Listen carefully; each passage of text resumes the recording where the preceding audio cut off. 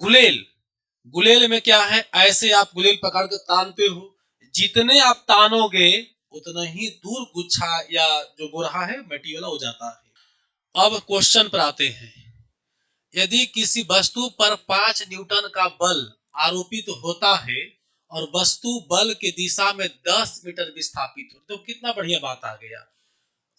वस्तु के दिशा में देख लीजिए बल, आज रविवार है 18 जनवरी 2026 और आप लोग को पता है कि प्रत्येक रविवार को हम लोग न्यूमेरिकल का क्लास करते हैं। हर रविवार को कुछ न कुछ न्यूमेरिकल में नए नए टॉपिक लाते रहते हैं। आज का जो टॉपिक है वर्क पावर एनर्जी है। वर्क पावर एनर्जी कार्य ऊर्जा शक्ति है। देखो ये जो न्यूमेरिकल है क्लास 9th पढ़ना है वर्क पावर एनर्जी, और शायद 11th-12th में है भी होगा ही, हमको जैसा लगता है। बाकी जनरल कंपटीशन के लिए चाहे रेलवे की तैयारी कर रहे हो, एसएससी का कर रहे हो, बीपीएससी का कर रहे हो, या बिहार पुलिस का कर रहे हो, दरोगा कर रहे हो, किसी भी एग्जाम में इक्का दुक्का न्यूमेरिकल रहता ही है। और न्यूमेरिकल एक आम बच्चा जो रटने वाला बच्चा है, साधारण बच्चा है, वो बना नहीं पाता है। तो अगर आप इस न्यूमेरिकल को सोल्व कर लेते हो तो समझ लो कि आपका रैंक बहुत ऊपर उठ जाएगा। अगर जनरल क्वेश्चन बनाते हैं तो रैंक आपका ऊपर नहीं उठेगा, लेकिन एक न्यूमेरिकल बनाते हो तो आपका रैंक बहुत ऊपर उठेगा। तो आइए हम लोग शुरू करते हैं आज की क्लास में। ऑनलाइन ऑफलाइन दोनों के लिए चल रही है।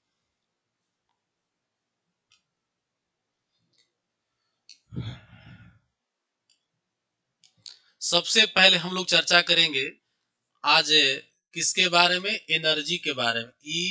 ENERGY energy. और एनर्जी को बेटा हिंदी में क्या कहते हैं, ऊर्जा कहते हैं। एनर्जी का रूप पहले समझेंगे हम लोग, कितने रूप इसका होते हैं। एनर्जी का रूप होता है गतिज ऊर्जा, स्थितिज ऊर्जा, कार्य होता है, स्प्रिंग ऊर्जा होता है, बेलनीय ऊर्जा होता है, गोलीय ऊर्जा होता, बहुत सारे ऊर्जा होते हैं। इन सभी ऊर्जा के बारे में हम डिस्कस करेंगे ताकि आपको न्यूमेरिकल एकदम आसान हो जाए। तो हम आज करने वाले सबसे पहले एनर्जी का फॉर्म, एनर्जी का फॉर्म करने वाले हैं, पहले उसको आप समझिए। तो बारी बारी से एनर्जी का जितना भी रूप है ना उस सबको हम लोग करते हैं, ठीक है। देखो इधर सबसे पहले नंबर 1 में लीजिए कार्य को आप लीजिए। कार्य मतलब वर्क को लीजिए, वर्क वर्क। देखो बाबू पहले समझना ठीक से है। जैसे मान लो कि ये एक सरफेस है, इस सरफेस पर एक ऑब्जेक्ट ऐसे रखा हुआ है, देख रहे हैं। इस ऑब्जेक्ट पर आप इस प्रकार से फोर्स लगा के इसको आप ऊपर की ओर खींच रहे हैं, ठीक है। तब जो है ये जो है आगे की ओर ऐसे इस दिशा में चल पड़ता है, विस्थापन होता है जो एस से लिख रहे हैं। तो ऐसी स्थिति में क्या होगा बाबू कि ये दोनों को जब आगे इमेजिनरी लाइन के रूप में बढ़ाइएगा तो देखिए यहाँ पर ऐसे आगे बढ़ेगा और एक यहाँ थीटा का कोण का निर्माण होगा, जिसको हम लोग थीटा लिखेंगे। क्या लिखेंगे, थीटा लिखेंगे। हमने किसी पिंड पर फोर्स लगाया, विस्थापन इस दिशा में हुआ, फोर्स और विस्थापन के बीच एंगल कितना बन रहा है, थीटा बन रहा है। तब जो है आपका सूत्र जो होगा, यहाँ सूत्र हो जाएगा वर्क बराबर F S cos theta, F S cos theta. अब जैसी कॉस थीटा का नाम आया तो कॉस थीटा का मान अलग अलग होता है, कॉस 0 का मान अलग होता है, cos 30 का मान अलग होता है, 60, 45, 60, 90 सब का मान अलग अलग होता है। तो न्यूमेरिकल अगर बनाना है, जनरल फिजिक्स में न्यूमेरिकल बनाना है तो cos का मान 90 तक कम से कम याद रखिएगा। cos का मान 90 तक कम से कम याद रखिएगा तो आपको न्यूमेरिकल एकदम आसान हो जाएगा। अच्छा, कुछ बच्चा को साइन cos tan का मान भी पता नहीं रहता है, तो उसको एक टेबल के माध्यम से आप जो है से लिख करके याद कर लीजिएगा, बहुत ही आसान है। तो यहाँ वर्ग का फॉर्मूला हो गया एफ एस कॉस थीटा हो गया, एफ एस कॉस थीटा हो गया। अब हम थोड़ा सा आपको जानकारी दे दे शॉर्ट में, उसको भी नोट करा देते हैं कि कॉस थीटा का मान आप कैसे याद कीजिएगा। से देखिए, देखिए हम आपको sine theta comma cos theta और टेन थीटा तीनों के लिए बता दे रहे मान को याद करने के लिए। सबसे पहले क्या करेंगे हम लोग कि यहाँ पर एक मान रखेंगे, यहाँ पर 0 डिग्री, फिर रखिएगा 30 डिग्री, फिर रखिएगा 45 डिग्री, फिर रखिएगा आप 60 डिग्री, फिर रखिएगा आप यहाँ 90 डिग्री। हो गया। वो सबको ऐसे कॉलम के रूप में बना दीजिए, बना दिए। अब देखिए 3 मान आपको याद करना है साइन थीटा का, दूसरा मान याद करना है आपको कॉस थीटा का, तीसरा मान याद करना है आपको टेन थीटा का। 3 गो मान आप लोग को याद करना है। साइन के रिस्पेक्ट में एक ट्रिक याद रखना, 0 लिखो, 1 लिखो, 2 लिखो, 3 लिखो और 4 लिखो। 5 टर्म है, आपका मान भी 5 गो है, 1 2 3 4 5, 5 गो मान लिख दिए, बटे 4 बटे 4 बटे 4 बटे 4 बटे 4 कर दिए। सबको रूट कर दो, ऐसे स्क्वायर रूट कर दो। जो कटने लगे काट दो, पहले 1/2 हो जाएगा, कट करके 1 हो जाएगा। 0 में 4 से भाग देंगे तो 0 आएगा। ये 4 का वर्गमूल निकल जाएगा तो ये हो जाएगा 1/2, 4 का वर्गमूल 2 हो जाएगा। ये हो गया 1/√2 है, तो भाई इसका तो निकलेगा नहीं, 2 का अंडर रूट 2 रह जाएगा। 2 न है तो 2 का वर्गमूल अंडर रूट 2 हो जाएगा, पूरा पर निकलती नहीं है। ये 3/4 है तो ऊपर √3 लिख दिए, नीचे 2 कर दिए, 4 का वर्गमूल निकाल दिए, ऊपर छोड़ दिए और 1 का 1 हो गया। इन पांचों मान को आप यहाँ पर बैठा दीजिए, 0, 1/2, 1/√2, √3/2 और ये हो गया 1। समझ आया? इस साइन का मान निकल गया। ट्रिक क्या है कि 0 1 2 3 4 4 तक लिख लेना है, सब में 4 से भाग दे देना है, फिर वर्गमूल निकाल देना, स्क्वायर रूट कर देना है। तब मान आएगा 0 1/2 1/√2 √3/2 1 आएगा। इस मान को फिर यहाँ पर बैठा दो। बात समझे बाबू? ये हो गया। कॉस के रिस्पेक्ट में ये उल्टा शुरू करो, एने से शुरू करो। पहले शुरू करो 1 से, फिर √3/2 हो जाएगा, फिर 1/√2 हो जाएगा, ये 1/2 हो जाएगा, फिर 0 हो जाएगा। मतलब साइन का मान एने से पढ़ना है और कॉस के लिए इधर से पढ़ना है। ठीक है। टेन की जब बात है तो टेन में करना क्या है, साइन और कॉस का अनुपात निकाल दीजिए। तो साइन और कॉस का अनुपात निकालिएगा ना तो 0 हो जाएगा। ई बाबू जो है 2 से 2 कट करके ई हो जाएगा 1/√3 हो जाएगा। ई कट करके 1 हो जाएगा, ई आपका √3 हो जाएगा, 2 से 2 कैंसिल हो जाएगा और ई इफनाइट हो जाएगा, नेगेटिव हो जाएगा। ये हमारा टेबल तैयार हुआ। ये जो साइन का मान है ये वाला, खास करके इलेक्ट्रिसिटी चैप्टर में, इलेक्ट्रिसिटी चैप्टर जब पढ़िएगा तो वहां यूज होगा। और जनरल फिजिक्स जब पढ़िएगा, जनरल जब फिजिक्स पढ़िएगा तो जनरल फिजिक्स में आपको कॉस वाला जरूरत पड़ेगा। तो कॉस का मान याद रखिएगा 1√3/2 1/√2 1/2 और 0 हो जाएगा। क्लियर हो गया? तो अब पीछे आते हैं यहाँ पर थ्योरी में हम लोग। देखो तो अब यहाँ समझना है कि कॉस थीटा, थीटा रहेगा यहाँ। अगर देखो ई लाइन को, फोर्स वाली लाइन को ऐसे खड़ा करोगे, ऐसे ऐसे इतना खड़ा कर दोगे तब एंगल 90 डिग्री हो जाएगा। तो cos 90 का मान रख दीजिएगा। और ऐसे कम करते करते एकदम ऐसे प्लेन कर दोगे तो थीटा 0 हो जाएगा। तो cos 0 का मान रख दीजिएगा।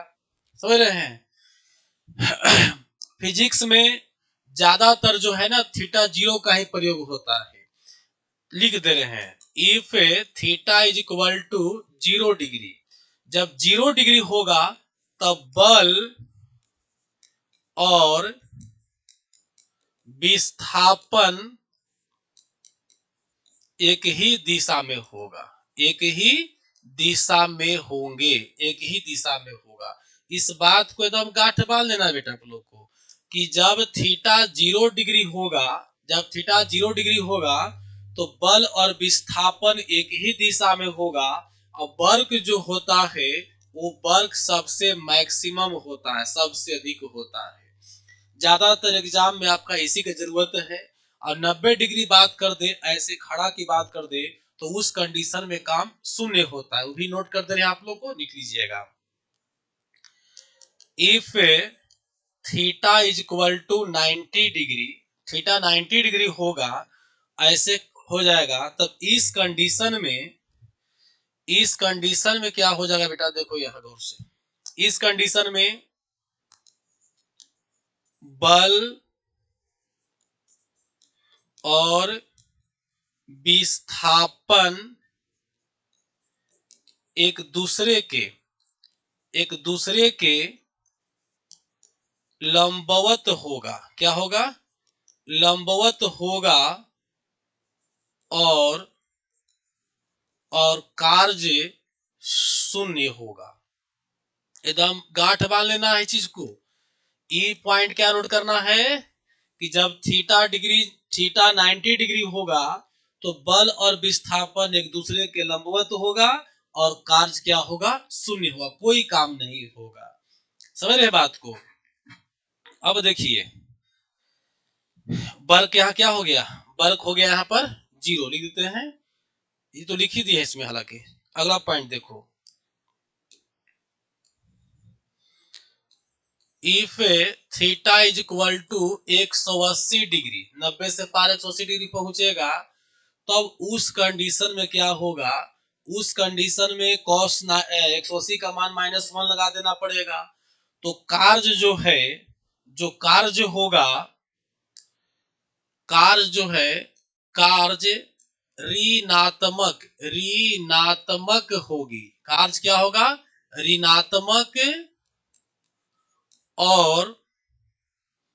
ऋणात्मक और सबसे कम, ऋणात्मक और सबसे कम होगा, ऋणात्मक और सबसे कम होगा। दूसरा बात याद रखना है कि बल और विस्थापन एक दूसरे का उल्टा होगा, एक दूसरे का उल्टा दिशा में होगा। जैसे नाव में है, नाव में जब लग्गा पीछे मारते हैं तब हम लोग, या नाव जो है आगे चलता है। सड़क पर हम लोग जब फोर्स पीछे की ओर लगाते हैं, ऐसे लगाते हैं फोर्स, तब आगे की ओर बढ़ते हैं। न्यूटन का जो थर्ड लॉ है वहीं पर लागू होती है, 180 पर ही। तो 180 जब थीटा होगा तो काम सबसे कम होगा, ऋणात्मक होगा, और बल और विस्थापन एक दूसरे का क्या होगा? उल्टा दिशा में होगा। तो ये था कार्य का शॉर्ट। अब दूसरा पॉइंट की बात करें हम लोग, तब हो गया आपका गतिज ऊर्जा। ये वर्क हो गया। अगला क्या है? गतिज ऊर्जा, काइनेटिक एनर्जी। अब समझो, यदि किसी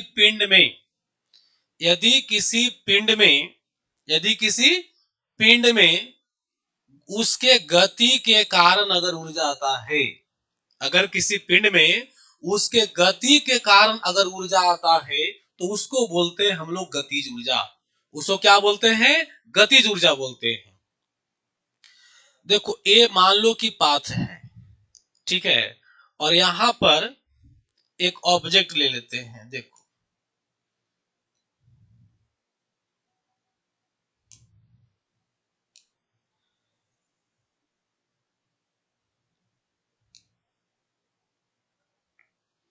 देखिए, इस ऑब्जेक्ट को जब आप स्लाइडिंग कर करके खींच करके आगे ले जाते हो, मोमेंट में लाते हो, इस ऑब्जेक्ट को खींच करके आगे ले जाते हो, तो इसमें गति की वजह से जो ऊर्जा पैदा होगा उसको बोलेंगे गतिज ऊर्जा।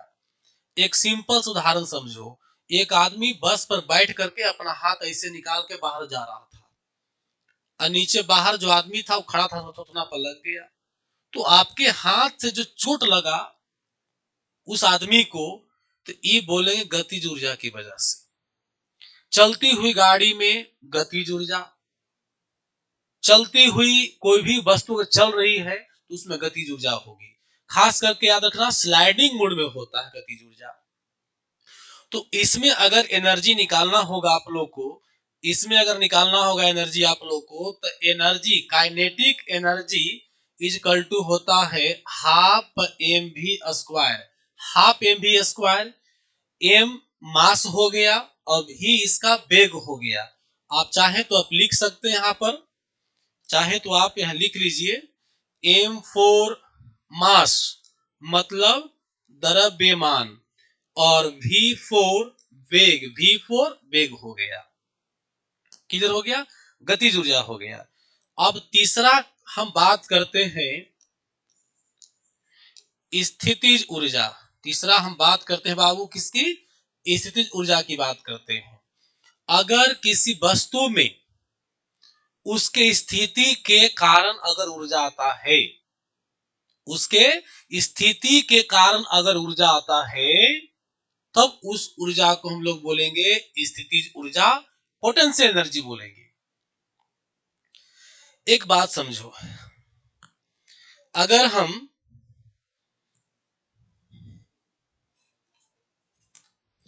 हम इस रिमोट को इस ऊंचाई पर से नीचे गिराएंगे, तब इसकी एनर्जी जो होगा से कल्पना करो। अब इसको इतना ऊंचाई पर से गिरावेंगे तब एनर्जी कल्पना करो, ये ऊंचाई ज्यादा है, इसकी स्थिति ऊपर की ओर है, तो इसमें एनर्जी ज्यादा होगा किसके अपेक्षा? नीचे की स्थिति की अपेक्षा।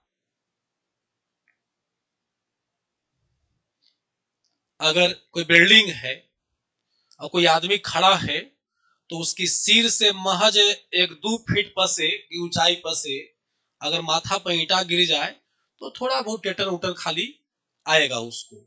लेकिन जानते हो अगर वही एक ताला बिल्डिंग पर से गिर जाए तो हो सकता है माथा फूट जाए, लेकिन आदमी बच जाएगा। लेकिन वही ईंटा 2 ताला 3 ताला पर से गिरा दीजिएगा तो उस व्यक्ति का एकदम माथा है ना, हेड है ना, चकनाचूर हो जाएगा। समझ रहे हो ना? जितनी ज्यादा ऊंचाई से ईंट गिरेगी उसमें एनर्जी ज्यादा होगा, वो काम ज्यादा करेगा। ये इसमें जो एनर्जी हुआ, ऊंचाई की वजह से जो एनर्जी बढ़ रहा है, तो इसको बोलेंगे स्थितिज ऊर्जा। समझ रहे हैं? अब देखिए गुलेल, गुलेल में क्या है, ऐसे आप गुलेल पकड़ के तानते हो, जितने आप तानोगे उतना ही दूर गुच्छा या जो गोरहा है मिट्टी वाला हो जाता है। तो वो गोरहा में जो एनर्जी जा रहा है, ट्रांसफर हो रहा है गुलेल से, वो डिपेंड करता है कि आप कितना खींच रहे हो। तो जितने उसका स्थिति बदलेगा उतनी एनर्जी बढ़ेगी। तो इस प्रकार ये हो गया स्थितिज ऊर्जा। पोटेंशियल एनर्जी, अगर नदी की डैम की बात करें, नदी में अगर पानी है, जितने पानी ज्यादा भरेगा उसमें एनर्जी ज्यादा होगा, पोटेंशियल एनर्जी उसमें बढ़ जाएगी। तो इस प्रकार से अगर स्थिति के कारण अगर उत्पन्न होती है कहीं ऊर्जा, तो उसको बोलते हैं स्थितिज ऊर्जा। जैसे गुलेल में हो गया, तना हुआ धनुष में हो गया, नदी का डैम में हो गया, वगैरह वगैरह में हो गया। वो थ्योरी की बात है। लेकिन देखो हम लोग जो न्यूमेरिकल पढ़ने जा रहे हैं, इसमें गुलेल, धनुष और नदी का डैम वाला नहीं पढ़ेंगे, सिर्फ आपको एमजीएच ही पढ़ना है, ऊंचाई वाला पढ़ना है। तो स्थितिज ऊर्जा बराबर फॉर्मूला हो जाएगा बेटा, यहाँ फॉर्मूला हो जाएगा पोटेंशियल एनर्जी स्थितिज ऊर्जा बराबर हो जाएगा mgh। mgh अब होगा कि सर m क्या है, तो आप लोग से छिपा हुआ तो नहीं है कि भाई m क्या है। m हो गया, क्या हो गया? द्रव्यमान। m क्या हो गया? द्रव्यमान। g क्या है बाबू? तो e हो गया आपका गुरुत्वीय त्वरण। गुरुत्वीय त्वरण जिसका मान कितना होता है? जिसका मान होता है 9.8 मीटर पर सेकंड स्क्वायर पृथ्वी पर। और एच से तो स्पष्ट आप लोग को है भाई कि एच क्या हो जाएगा? एच हो जाएगा ऊंचाई। एच छोड़ दे रहे, आप लोग समझ रहे हो, एच क्या हो जाएगा? ऊंचाई हो जाएगा। क्लियर हो गया?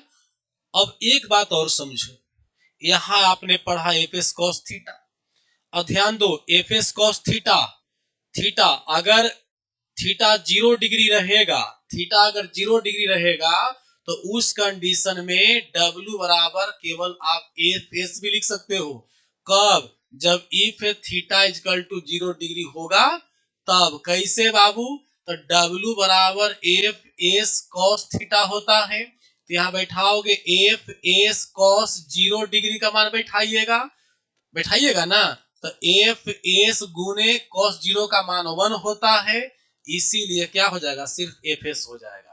तो जब थीटा 0 डिग्री हो तो फॉर्मूला सिर्फ एफ एस लिखना, मतलब बल और विस्थापन एक ही दिशा में हो तो भी आप एफ एस लिखोगे।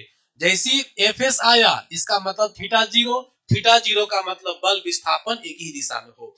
तो अगर न्यूमेरिकल में कह दे कि बल के दिशा में ही विस्थापन हो रहा है, इसका मतलब थीटा 0 डिग्री हो रही है, थीटा 0 डिग्री हो रही है, समझ रहे हो? तो इस प्रकार से बल और विस्थापन एक दिशा में, थीटा 0 लेके चलना है आपको, और फॉर्मूला सिर्फ हो जाएगा एफ एस। कॉस 0 का मान 1 होता है, तो फिर कॉस थीटा लिखने से क्या फायदा होगा? समझ गया? बाकी हर कंडीशन में अगर एंगल दिया हुआ रहेगा तो एफ एस कॉस थीटा का प्रयोग करिएगा। समझ में आया? नहीं समझा?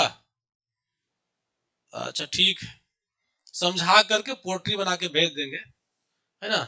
व्हाट्सएप नंबर तुम मैसेज कर दो हमको, तुमको ना एकदम क्या बोलते हैं पूरा समझा उमझा के पर्सनल तुमको भेज देंगे व्हाट्सएप पर, समझा गधा कहीं का। चलिए 3 को हो गया, अब चौथा की बात करते हैं। देखिए चौथा ऊर्जा देख लीजिए। चौथा एक बात करें आप लोग को, हम एक नया नाम होगा, कुछ बच्चा लोग पढ़ा होगा इंटर में, वो है आपका बेटा गोलीय ऊर्जा। अब लग रहा होगा सर गोलीय ऊर्जा क्या है? गोलीय ऊर्जा क्या है? तो एक उदाहरण से पहले आपको हम समझाना चाहेंगे कि गोलीय ऊर्जा क्या है। देखिए क्या है से,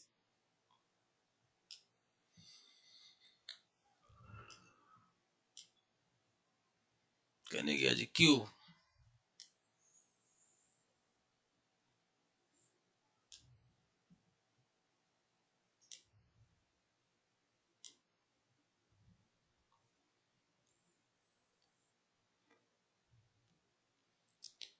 शेप में आ जाओ, सिलेंडर, सिलेंडर,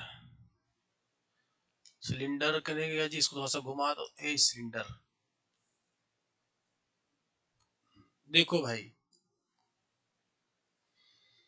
आप लोग के सामने 3 तरह का फिगर हम पेश किए हैं। एक सिंपल सा ठोस कोई वस्तु है, ये सिलिंड्रिकल है, सिलेंडर जैसा गैस टंकी होता है ना वैसा ही है, और ये फुटबॉल जैसा गोल है। समझ गया? चलो एक बात समझो, अगर फिगर में तो ऐसे देखने में लग रहा है छोटा बड़ा होगा, लेकिन ठीक है बड़ा कर दो थोड़ा सा इसको। देखिए अगर इस पदार्थ का, इस वस्तु का मास अगर 10 केजी है, इसका भी अगर मास 10 केजी है, इसका भी मास अगर 10 केजी है, इसको हम लोग 4 मीटर प्रति सेकंड के स्पीड से रन करवाते हैं।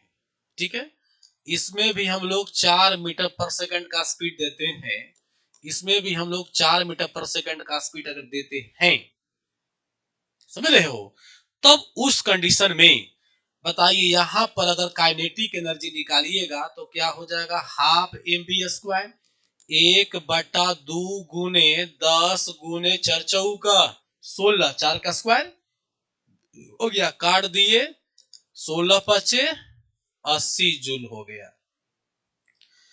यहां भी निकाल लीजिए काइनेटिक एनर्जी, तो हाफ एम बी स्क्वायर लगाओगे तो 1/2 गुने 10 गुने 16 एकदम से ही आएगा, दैट मीन्स आ जाएगा कितना? 80 जूल भी आ जाएगा, करके देख लीजिएगा। यहाँ भी काइनेटिक एनर्जी उसी फॉर्मूला के आधार पर निकालना चाहिएगा, तो 80 जूल ही आएगा। एक बात समझो, इन तीनों वस्तु का स्ट्रक्चर अलग है, ये सॉलिड वाला है, ठोस जैसा घन जैसा है, और ये आपका सिलिंड्रिकल है, और ये आपका स्फेरिकल गोला है। इन तीनों का मास सेम है, तीनों का वेलोसिटी सेम है, तो तीनों में एनर्जी सेम आ रहा है according to half m b square, according to half m b square. समझा रे छोटा? देखो इधर तो तुम्ही को बोल रहे हैं, तो हाफ एम बी स्क्वायर आ गया। कितना आ गया? हाफ एम बी स्क्वायर के अनुसार तीनों में एनर्जी सेम आया ना जी, है? अब एक बात समझो कि आपसे प्रश्न हम करें कि तीनों का मास बराबर रहे और तीनों का गति बराबर करके अगर एक समतल जमीन पर छोड़ दें, समतल जमीन पर छोड़ दें, मतलब एकदम प्लेन जमीन पर छोड़ दें, तो आप बताओ सबसे कम दूरी कौन तय करेगा? बोलो। सबसे तीनों में सबसे कम दूरी तय कौन करेगा? जबकि सबका मास बराबर है, जबकि सबका स्पीड बराबर है, तो सबसे कम दूरी कौन तय करेगा? कि तीनों बराबर चलेगा। चलो बताओ, तीनों बराबर चलेगा, कौन कौन लोग हाथ उठाओगे इस पर? कोई नहीं, चलो कोई बात नहीं। सबसे कम दूरी कौन चलेगा? अधिकांश लोगों का आंसर आ रहा है कि सर ये वाला सबसे कम दूरी, सबसे कम, है ना? और सबसे अधिक कौन चलेगा? ये वाला, सॉरी।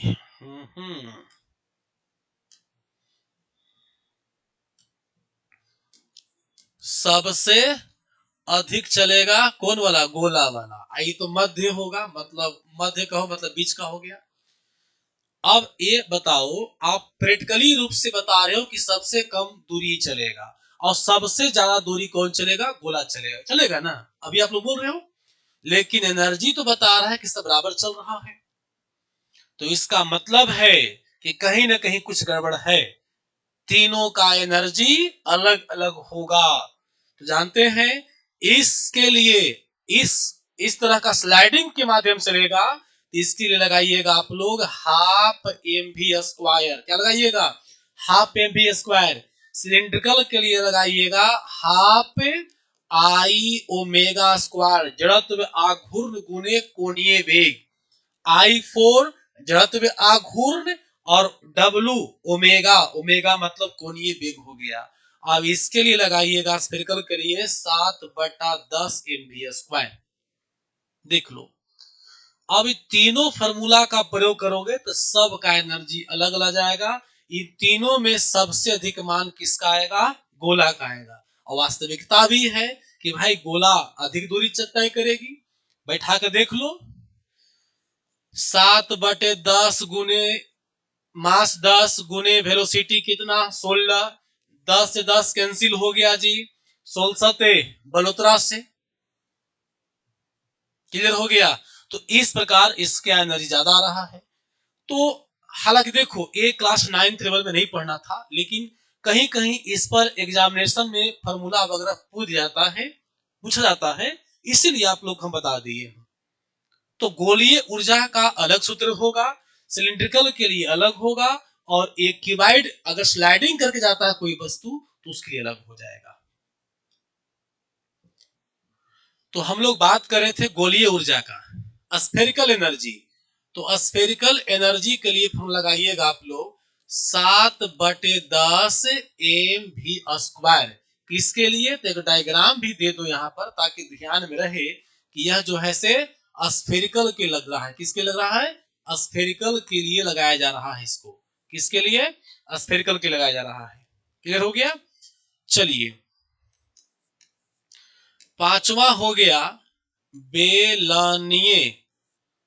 पांचवा हो गया बेलनीय ऊर्जा। बेलनीय ऊर्जा सिलिंड्रिकल एनर्जी या रोटेशनल एनर्जी, या घूर्णीय ऊर्जा भी इसको बोल सकते हो, या घूर्णन घूर्णनीय ऊर्जा, रोटेशनल एनर्जी। इसके लिए फॉर्मूला का आप प्रयोग करिएगा बाबू। रोटेशनल एनर्जी E बराबर हो जाएगा half I omega square. Half I omega square लगा दीजिएगा। क्लियर हो गया? एक डायग्राम भी आपको दे रहे हैं ताकि ये बात ध्यान में रहे कि है क्या से देख लो। कहा गया? सिलिंड्रिकल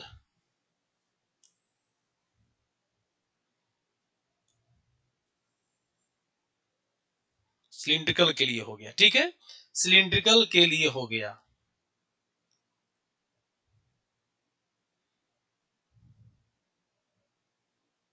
चलो देखो आगे, नेक्स्ट देखिएगा, छठा में देखिएगा, छठा में हो गया अस्प्रिंग, अस्प्रिंगीय ऊर्जा, अस्प्रिंगीय ऊर्जा। देखो एक स्पाइरल स्प्रिंग होता है, गाड़ी वगैरह में, साइकिल वगैरह में स्प्रिंग लगा होता है, उसमें भी अपना काम करने की क्षमता होता है। तो स्पाइरल एनर्जी क्या है, स्पाइरल एनर्जी, स्पाइरल एनर्जी में आप लगाइएगा फॉर्मूला, ऐसे स्प्रिंग होता है देखो इस तरह से ऐसे, तो स्पाइरल एनर्जी के लिए लगाइएगा फॉर्मूला बेटा, एनर्जी स्पाइरल, एसपी लगाइएगा इसके लिए, सॉरी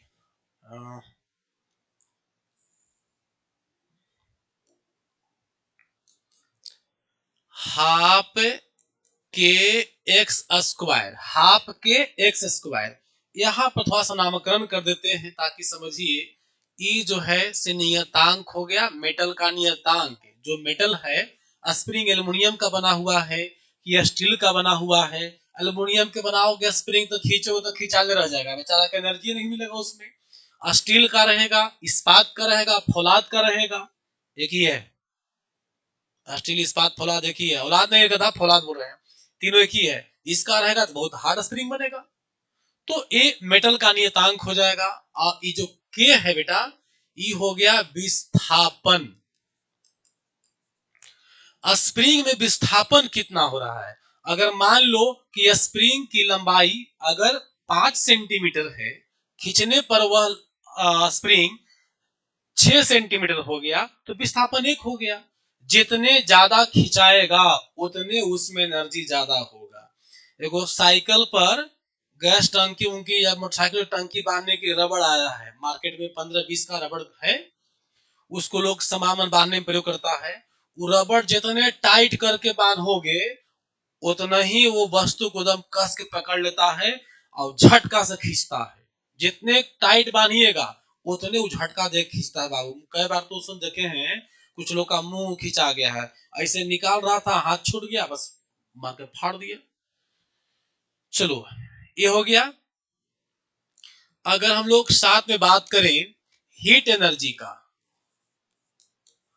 उष्मीय ऊर्जा, तो उष्मीय ऊर्जा दो तरह से निकलता है हीट एनर्जी, देख लो।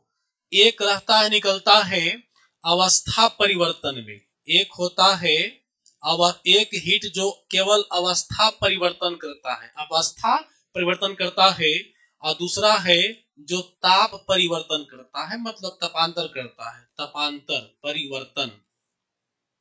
एक अवस्था परिवर्तन करता है, मतलब कितनो हीट दोगे तो टेम्परेचर नहीं बढ़ेगा, केवल अवस्था बदलेगा।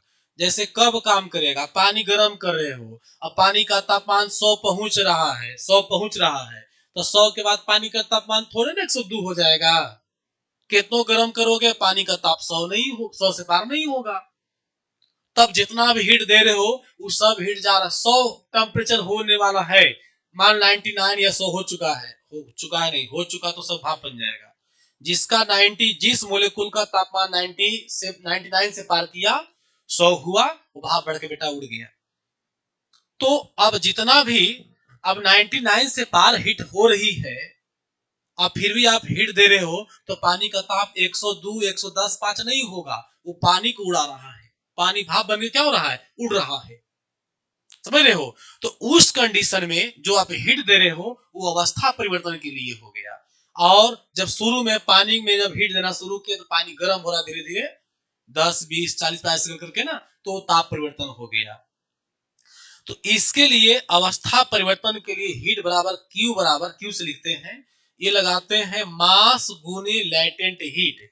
ध्यान देना बेटा, एल एच दोनों अलग अलग नहीं है, ऐसा मत समझना कि एल गुने एच है, लेटेंट हीट लिखा हुआ है इसलिए एच छोटा लिख दिए हैं। मास गुने लेटेंट हीट, अगर इसको हम लोग चाहें तो अगर नामकरण करें तो एम फोर तो आप समझ ही रहे हो कि क्या होगा, द्रव्यमान होगा, और एलएच से हो जाएगा गुप्त उष्मा, क्या हो जाएगा, गुप्त उष्मा हो जाएगा, लेटेंट हीट हो जाएगा, गुप्त उष्मा हो जाएगा। अगर हम दूसरा हीट की बात करें ताप परिवर्तन वाला पर, तो ये हो जाएगा आपका mc डेल्टा टी। क्या हो जाएगा बेटा? mc डेल्टा टी हो जाएगा। एम से क्या हो गया बेटा आपको पता है? एम से हो गया द्रव्यमान। क्या हो गया? द्रव्यमान। और सी से हो गया आपका विशिष्ट ऊष्मा। सी से हो गया विशिष्ट ऊष्मा, स्पेसिफिक हीट। और डेल्टा टी दोनों से, डेल्टा टी है, डेल्टा का साइन है, डेल्टा टी से हो गया तापांतर। ताप में अंतर, तापांतर, तपांतर, तपांतर हो गया। तो इस प्रकार से अभी हम लोग 7 हीट एनर्जी के बारे में 7वां तक पहुंच चुके हैं। फिर हम लोग आगे करते हैं। देखो नेक्स्ट है 8 में लोग करेंगे विद्युतीय ऊर्जा। विद्युतीय ऊर्जा करेंगे, इलेक्ट्रिकल एनर्जी। इसमें जो है आप लोग यूज कीजिएगा ई बराबर या क्यू बराबर या एच बराबर, दोनों तीनों लिखाता है। ई भी क्यू भी एच भी बराबर तो लिखागा आई स्क्वायर आर टी। आई स्क्वायर आर टी, जहां ई आई जो है, ई आई जो है विद्युत धारा हो जाएगा, आर जो है आपका प्रतिरोध हो जाएगा, और टी जो है आपका समय हो जाएगा। क्या हो जाएगा? समय हो जाएगा। बाबू रे, इस प्रकार से आप लोग को हम आज 8 प्रकार की ऊर्जा की बात हम किए। 8 तरह का ऊर्जा की बात हम किए, चर्चा किए। बाकी थ्योरी क्लास में तो विस्तार से करेंगे ही। और एक 9वां पॉइंट में एनर्जी नहीं बल्कि शक्ति याद रखिएगा। इस शक्ति हो गया, इसको अंग्रेजी में हम लोग क्या बोलेंगे? पावर बोलेंगे। क्या बोलेंगे? पावर। और इसका एसआई यूनिट किलोवाट होता, सॉरी वाट होता है। पावर का फॉर्मूला रखिएगा, वर्क बटा टाइम या एनर्जी बटा टाइम। वर्क बटे टाइम या एनर्जी बटा टाइम, या लिख सकते हो आप हीट बटा टाइम, या हीट बटा टाइम होगा। मतलब कुछ भी कहो, डायरेक्ट आप लिख सकते हो एनर्जी बाई टाइम। किसके बाद? पावर बराबर। मतलब कार्य ऊर्जा, कार्य ऊर्जा चाहे जौन ऊर्जा हो, ऊर्जा का जौन रूप हो से मतलब नहीं है। अगर आप ऊर्जा में समय से भाग देते हो, चाहे कार्य ऊर्जा हो या गतिज ऊर्जा हो, जौन तरह की ऊर्जा हो, अगर उसमें आप समय से भाग दे दिए तो वह पावर बन जाएगा, शक्ति बन जाएगा। क्लियर हो गया? एक और ऊर्जा का हम बताने में याद नहीं रहा, भूल गए हम। देखो क्या है, 9वां कर दे रहे हैं यहां पर। देखिए 9 में एक होता है बल आघूर्ण। बल आघूर्ण, बल आघूर्ण भी एक प्रकार की ऊर्जा होती है। समझ गए?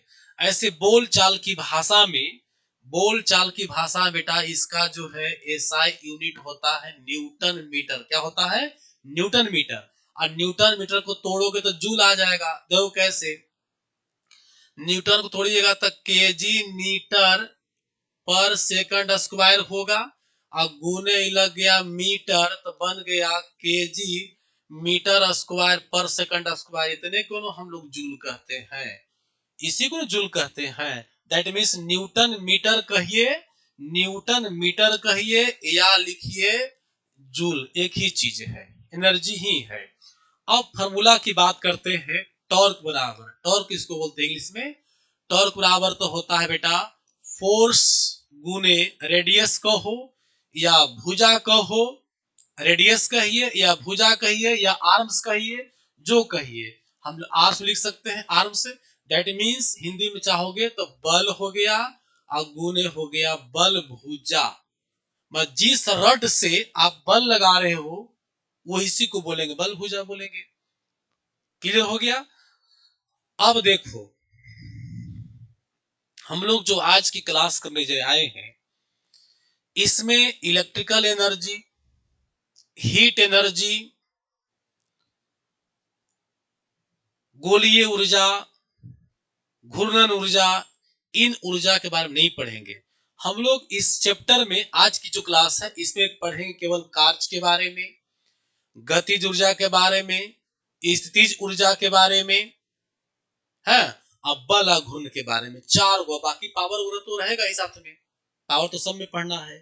हम सभी ऊर्जा के बारे में जानकारी आपको दे दी एक जगह, लेकिन आज की जो क्लास है न्यूमेरिकल का, उसमें 24 क्वेश्चन होगा। 24 क्वेश्चन केवल गतिज ऊर्जा, स्थितिज ऊर्जा, बल आघूर्ण, शक्ति और कार्य से जुड़ा हुआ रहेगा। समझ गया? ऊर्जा निकालते समय कभी मत ध्यान देना कि गतिज ऊर्जा पूछ रहा है कि स्थितिज ऊर्जा पूछ रहा है। जो मान दिया हुआ है, किस फॉर्मूला पर फिट बैठ रहा है, उस बात को ध्यान देना। अगर कोई कहे कि हम 5 किलो का वस्तु 2 मीटर की ऊंचाई पर से पकड़े हुए हैं तो कितना कार्य किए, तो एक कार्य भी है और स्थितिज ऊर्जा भी है। आप ये देखिए कि क्या क्या दिया हुआ है न्यूमेरिकल में, क्वेश्चन में मास दिए हुए है, ऊंचाई दिए हुए थे, हम जी से लगा देंगे फट से। अच्छा, जी का मान का भी कंडीशंस है। आप ऑप्शन देखिएगा कि 9.8 के रेशियो में ले रहा है कि 10 में ले रहा है। 9.8 में 10 में ज्यादा का अंतर नहीं है, समझ रहे हो? तो लेकिन फिर भी आप देख लीजिएगा, ज्यादातर सुविधा के अनुसार 10 लेना अच्छा होता है, ताकि काटने फाटने में आसान हो, परेशानी न हो। क्लियर हो गया? तो चलो अब हम चलते हैं अब क्वेश्चन की ओर।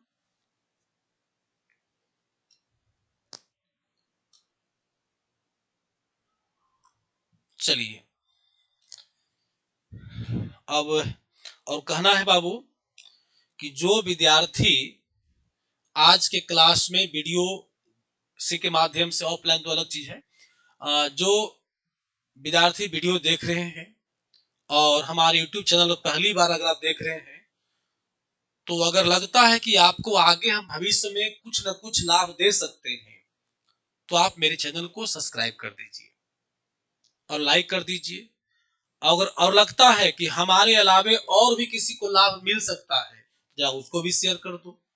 शेयर करने में, लाइक करने में, सब्सक्राइब करने में पैसा थोड़ी लग रही है, कुछ नहीं। लेकिन हाँ, पता है YouTube चैनल पर इंगेजमेंट बढ़ने से, सब्सक्राइबर बढ़ने से, है ना, हमको लाभ मिलेगा। अब आपको कोई नुकसान भी नहीं है। आपको उससे सब्सक्राइब कर लेने से, लाइक कर देने से, शेयर कर देने से, कमेंट कुछ करने से आपको नुकसान नहीं है, लेकिन हमको लाभ मिलती है उससे, चैनल वाले को लाभ मिलता है। अब क्वेश्चन पर आते हैं। यदि किसी वस्तु पर 5 न्यूटन का बल आरोपित होता है और वस्तु बल के दिशा में 10 मीटर विस्थापित हो, तो कितना बढ़िया बात आ गया। वस्तु के दिशा में देख लीजिए, बल, वस्तु जो है बल के दिशा में, तो बल के दिशा में जैसी बात आया तो हम कहे थे कि थीटा 0 डिग्री लेना। अब थीटा 0 डिग्री का मतलब हो गया कॉस एफएस, कॉस थीटा नहीं, सिर्फ एफएस। देख लो, पहले लॉन्ग से भी देख लो एक बार। आपके पास दिया क्या है, फोर्स दिए हुए कितना न्यूटन, 5 न्यूटन। विस्थापन कितना दिए हुए हैं, विस्थापन हो गया आपका 10 मीटर। और थीटा हो गया आपका 0 डिग्री, इसलिए कि उसी दिशा में है जिस दिशा में बल है। देखो, अगर इस दिशा में बल लग रही है तो इसी दिशा में विस्थापन भी है, सेम डायरेक्शन है। जब दोनों सेम डायरेक्शन है, पैरेलल है, तो आपस में जब पैरेलल है तो थीटा 0 डिग्री हो जाएगा। थीटा 0 डिग्री, दो समानांतर लाइन के बीच एंगल कितना होगा, 0 डिग्री होगा। W बराबर क्या बताए थे बाबू, बताए थे F S cos theta. F कितना 5, एस कितना 10, कॉस के 0 डिग्री का मान है ना, तो हम यहां लिखेंगे 5 गुने 10 गुने कॉस 0 का मान 1, यानी 10 कितना 50 जूल आंसर हो गया। तो कॉस 0 का मान बैठाए तब। अब जान रहे हैं कि जब थीटा 0 है तो डायरेक्ट ले लेंगे हम लोग, एफ एस ले लेंगे, एफ एस। तब बल कितना है 5, एस कितना है इतना, 10×50, ये थीटा पीटा लिखने का टाइम बच जाएगा आपको। तो 50 जूल जहां भी है ऑप्शन में आंसर मार दो, हो गया। क्लियर हो गया? चलो फटाफट। यदि किसी वस्तु पर 10 न्यूटन का बल क्षैतिज, क्षैतिज हो गया, क्षैतिज होगा, क्षैतिज दिशा में 30 डिग्री के कोण पर आरोपित होता है और विस्थापन कितना है 10 मीटर है। पहले जो आपको दिया हुआ है प्रश्न में उसको पुट आउट कीजिए। पहले बाबू ने फोर्स दिया हुआ है क्या न्यूटन, 10 न्यूटन दिया हुआ है, थीटा दिए हुए है आपको 30 डिग्री दिया हुआ है, और विस्थापन दिया हुआ आपका क्या मीटर, 10 मीटर दिया हुआ है ना। तब यहाँ पर हम वर्ग बराबर लगा देंगे एफ एस कॉस थीटा। तो एफ मेरा कितना है जी, एफ मेरा हो गया 10, एस मेरा हो गया 10, और कॉस थीटा की बात करें तो ये हो गया कॉस 30 डिग्री, कॉस 30 डिग्री।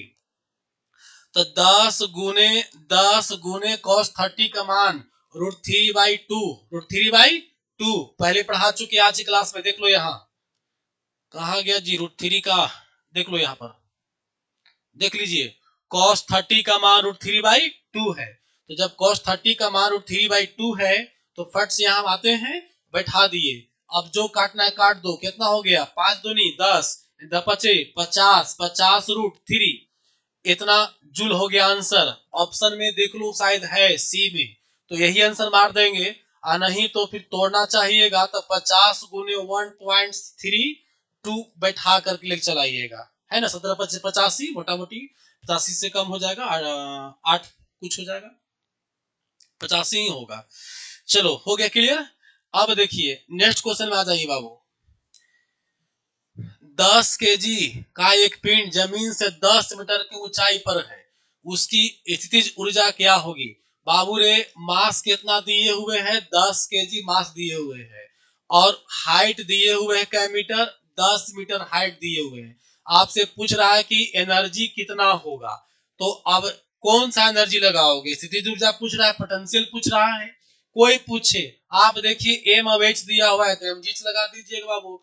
तो एम जी लगा दोगे तो लगा दो एम जी एच, मास कितना 10, जी कितना 10, 10 नहीं 9.8 लो, क्योंकि 9.8 के रिस्पेक्ट में है, देखो 98 है ना, 98 आ रहा है। तो जी का मान 9.8 ले लेंगे, ऊंचाई कितना ले लेंगे बेटा 10 ले लेंगे। आ गया काट दो, कितना हो जाएगा बोलो, एक पॉइंट कट गया पॉइंट ये वाला, हो जाएगा 98 गुने 10 यानी 980 जूल। आंसर कौन हो जाएगा, बिहार हो जाएगा।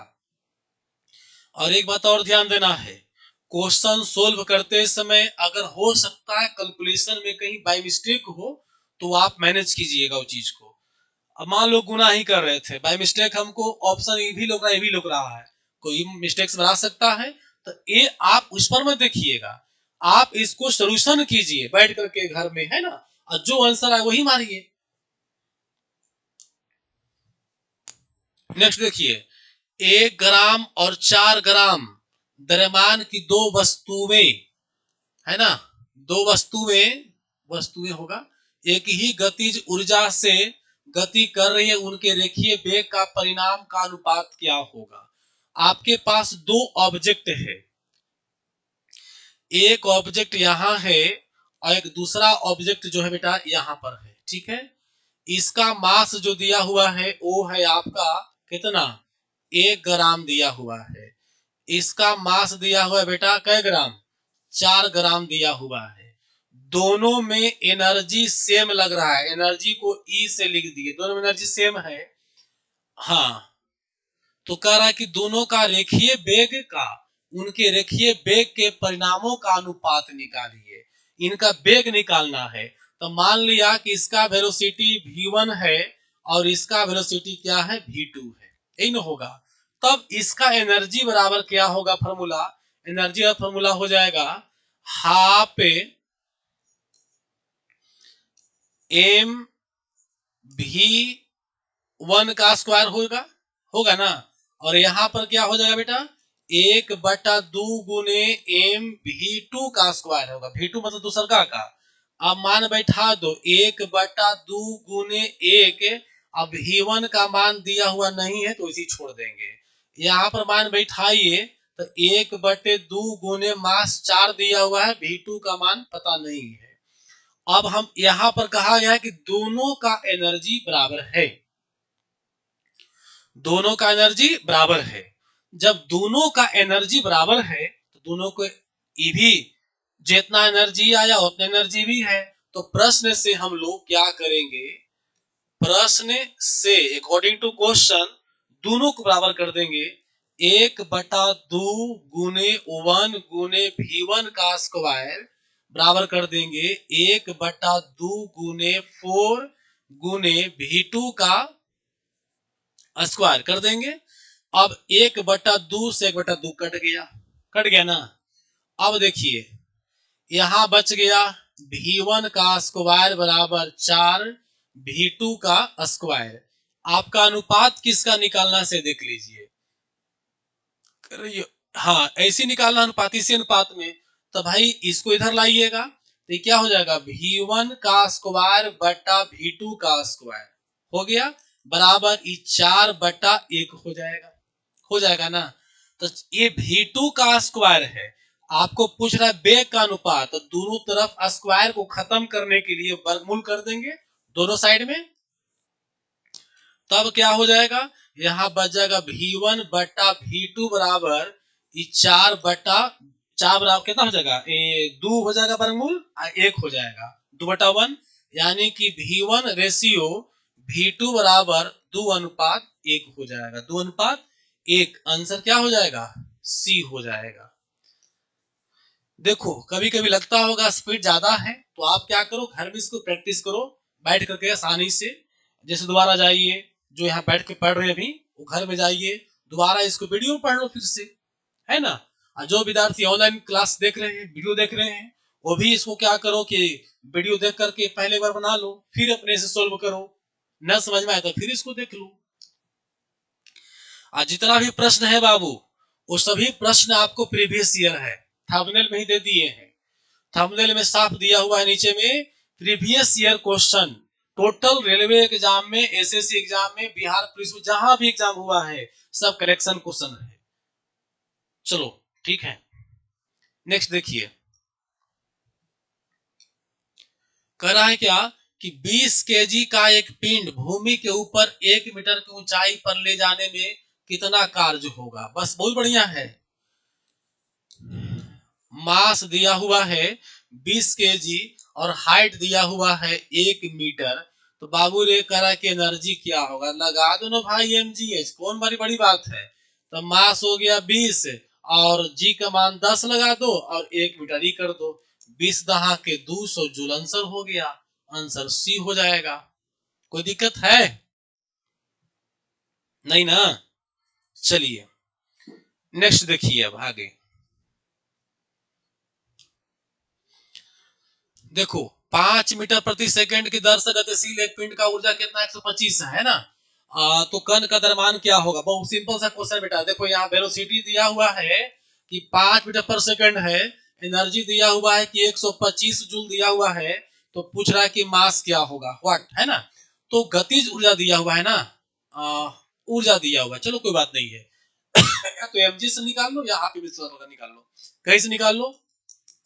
E बराबर क्या होगा, हाफ एम बी स्क्वायर हो जाएगा। तो एनर्जी दिया हुआ है 125 बराबर 1/2 गुने मास गुने बेग का स्क्वायर। बेग कितना है 5, 25 हो जाएगा ना। 25 से 125 कट जाएगा जी, क्या मरतबे कट जाएगा जी, 5 मरतबे कट जाएगा।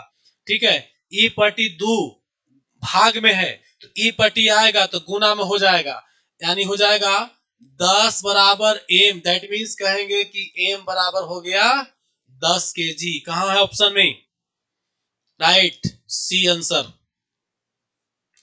नेक्स्ट देखिए क्या आंसर दीजिएगा आप लोग। किसी वस्तु का वेग 4 गुना कर दिया जाए तो उस वस्तु की गतिज ऊर्जा क्या होगी। थोड़ा सा यहां पर एक नया पॉइंट समझो, मजा आ जाएगा पढ़ने में।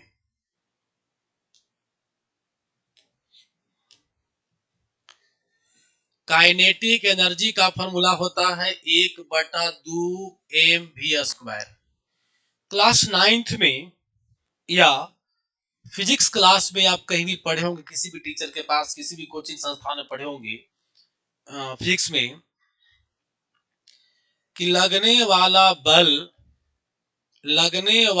बल मास के समानुपाती और त्वरण का भी समानुपाती होता है, इसीलिए F प्रोपोर्शनल ma, और यहाँ पर F बराबर कांस्टेंट छोड़ करके m इंटू ए लिखते हो ना। इसी पर जरा सा विचार करो, जब F बराबर ma था तो हम लिख रहे हैं कि F प्रोपोर्शनल m, मतलब m मास में और फोर्स में सीधा संबंध है, प्रोपोर्शनल का संबंध है।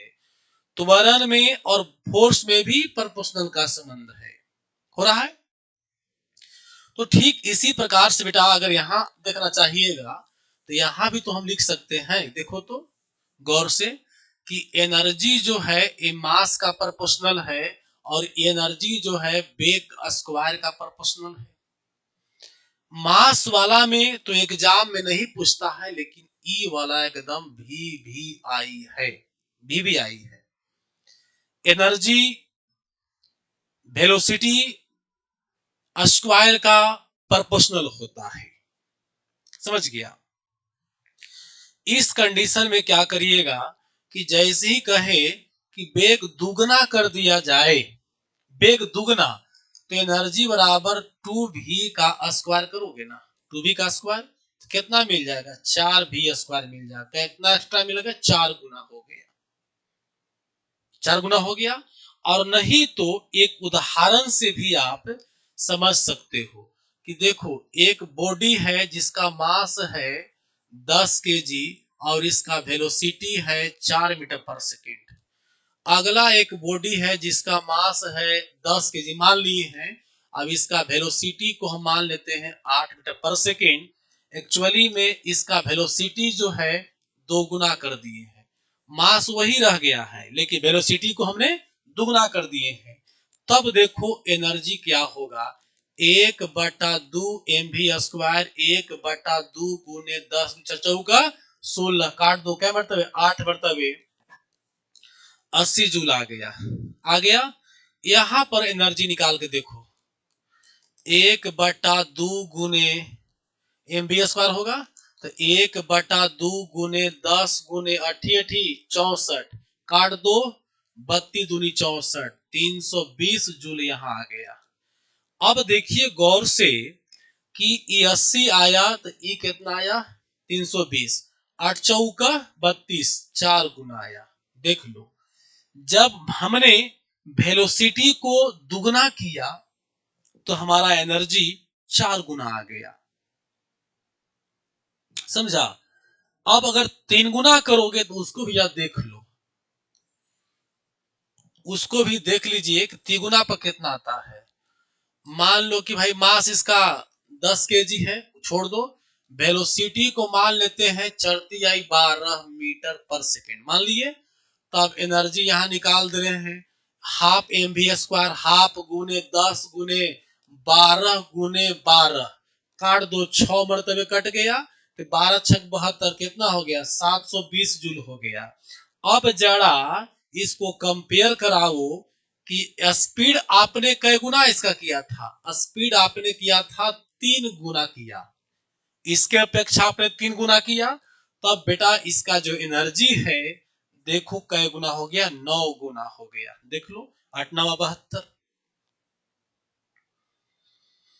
क्या सीख मिला कि 2 गुना करने पर 4 गुना, 3 गुना करने पर 9 गुना और 4 गुना करने पर 16 गुना होगा, 4 गुना करने पर 16 गुना होगा। बात समझ में? अब एक चीज समझिए, वही बात यहां पर हम लिखे थे कि देखिए v² है तो 2 करोगे 2 का स्क्वायर, 3 गुना करोगे 3 का स्क्वायर, चूंकि 2 गुना तो 2v का स्क्वायर, 3v का स्क्वायर, 4v का स्क्वायर, 5v का स्क्वायर, समझ गया। तो ये स्क्वायर का सिलसिला चलता रहेगा। सिर्फ इसी में नहीं, कहीं भी आपको अगर बात ऐसा आवे, एक हम उदाहरण दिखा रहे हैं कि एक वर्ग है और इसका साइड मान लो a बराबर दिया हुआ है 10 मीटर दिया हुआ है, तो पता है एरिया बराबर क्या होता है a का स्क्वायर, यानी कितना हो जाएगा 10 गुने 10 यानी 100 मीटर स्क्वायर हो जाएगा। अब इसको इसका एरिया जो है से स्क्वायर में है साइड का, है ना, तो पता है अगर नए टर्म में देखो यहां पर अगर इसी वर्ग का साइड को अगर हम दुगना कर दे 20 कर दे, दुगना कर दे 20 कर दिए, तब पता है बेटा एरिया क्या हो जाएगा 20 गुने 20, 20 में सही है 400 मीटर स्क्वायर। अब आप यहां देख लो कि हमने साइड को केवल दुगना किया था तब हमारा देखिए एरिया कै गुना हो गया, 4 गुना हो गया।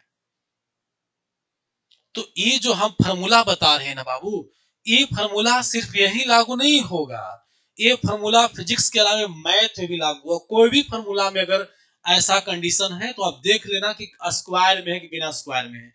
यही देखो, मास कहे दुगना तो केवल दुगना, तिगुना तो केवल तिगुना, क्योंकि स्क्वायर नहीं है। अगर यही देखो एक एनर्जी का फॉर्मूला लिखते हैं Q बराबर आई स्क्वायर आर टी, तब देखो अगर धारा को दुगना करोगे तो जो मान आएगा एनर्जी का वो चौगुना होगा, धारा को तिगुना करोगे तो 9 गुना होगा, क्योंकि स्क्वायर है।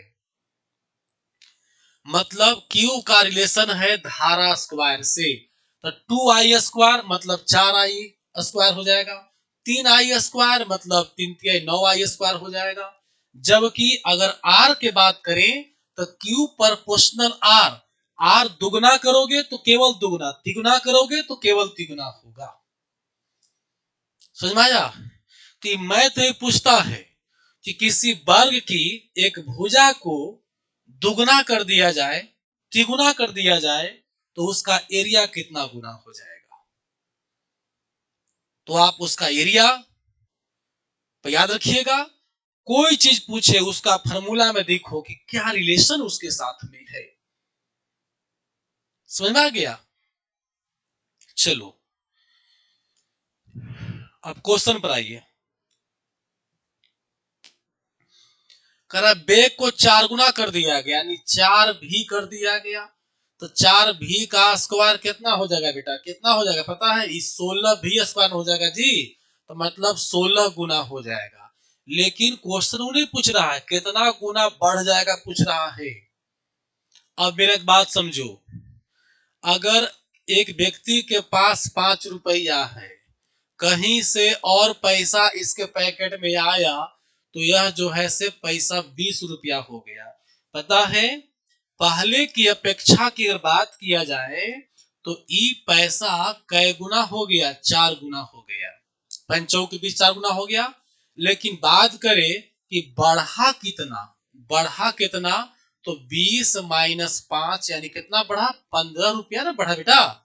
तो 15 रुपया ही बढ़ा है, तो 15 रुपया बढ़ा तो कै गुना हो गया? 15 दिया 5 दिया 15, यानी 3 गुना, 4 गुना हो गया है पंचों के 20। लेकिन बढ़ल कितना, बढ़ा कितना? तो बढ़ा 15 है ना बाबू, तो 15 बढ़ा तो कै गुना बढ़ा? 3 गुना बढ़ा। बढ़कर हुआ 4 गुना, बढ़ा कितना? 3 गुना, 1 गुना कम जाता है क्योंकि वो खुद हो जाता है। 4 गुना बढ़ा तो पहले से भी तो खुद था 5, इसीलिए पूछ रहा अगर कितना गुना हो जाएगा, तो 16 गुना मारेंगे। कितना गुना बढ़ जाएगा? तब 16 गुना नहीं 15 गुना मारेंगे, आंसर डी हो जाएगा। क्लियर हो गया?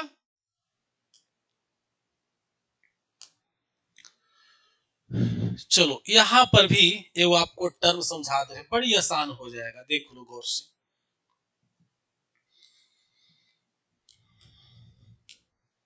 देखो पहले क्वेश्चन समझ लो।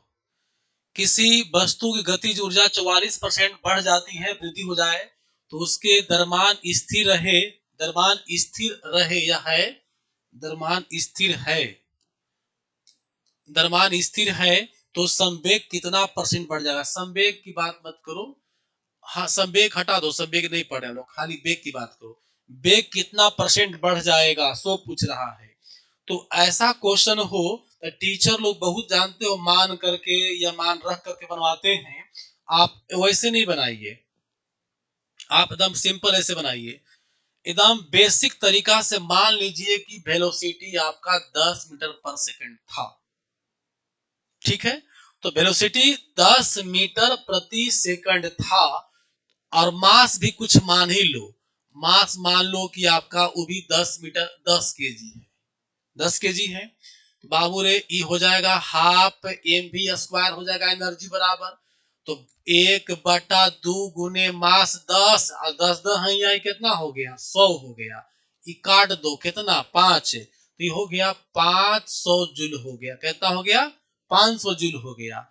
दूसरा रेफर देखिए, मास वही रह देते हैं, 10 केजी ही मास रहते हैं, लेकिन वेलोसिटी हम करते क्या है कि इसको 12 कर देते हैं। कितना? 12 मीटर पर सेकेंड।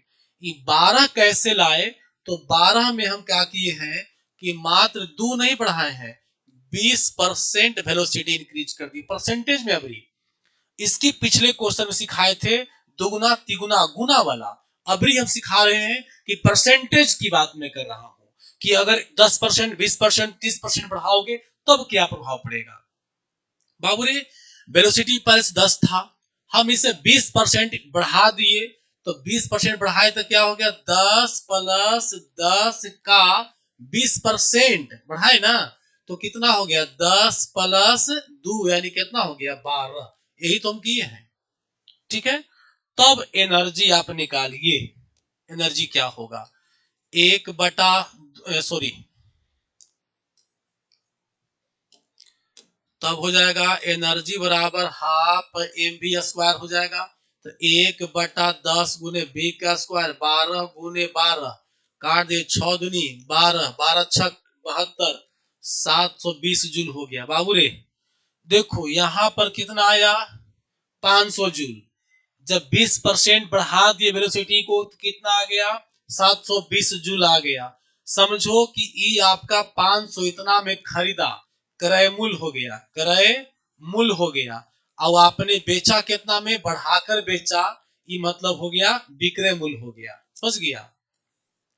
तो लाभ, लाभ का मतलब बढ़त, बढ़त या लाभ कितना हो गया बेटा से देखो, तो ये हो जाएगा 720 घटाओ 500, दैट मीन्स कितना हो जाएगा? 220 जूल आपको लाभ मिला। कैसे? तो 20% वेलोसिटी को बढ़ाने से। आपने जो 20% वेलोसिटी बढ़ाया तो आपको 220 जूल एनर्जी बेसी प्राप्त हो गया। अब हम चाहते हैं कि इसको परसेंटेज में कन्वर्ट करके देख लो।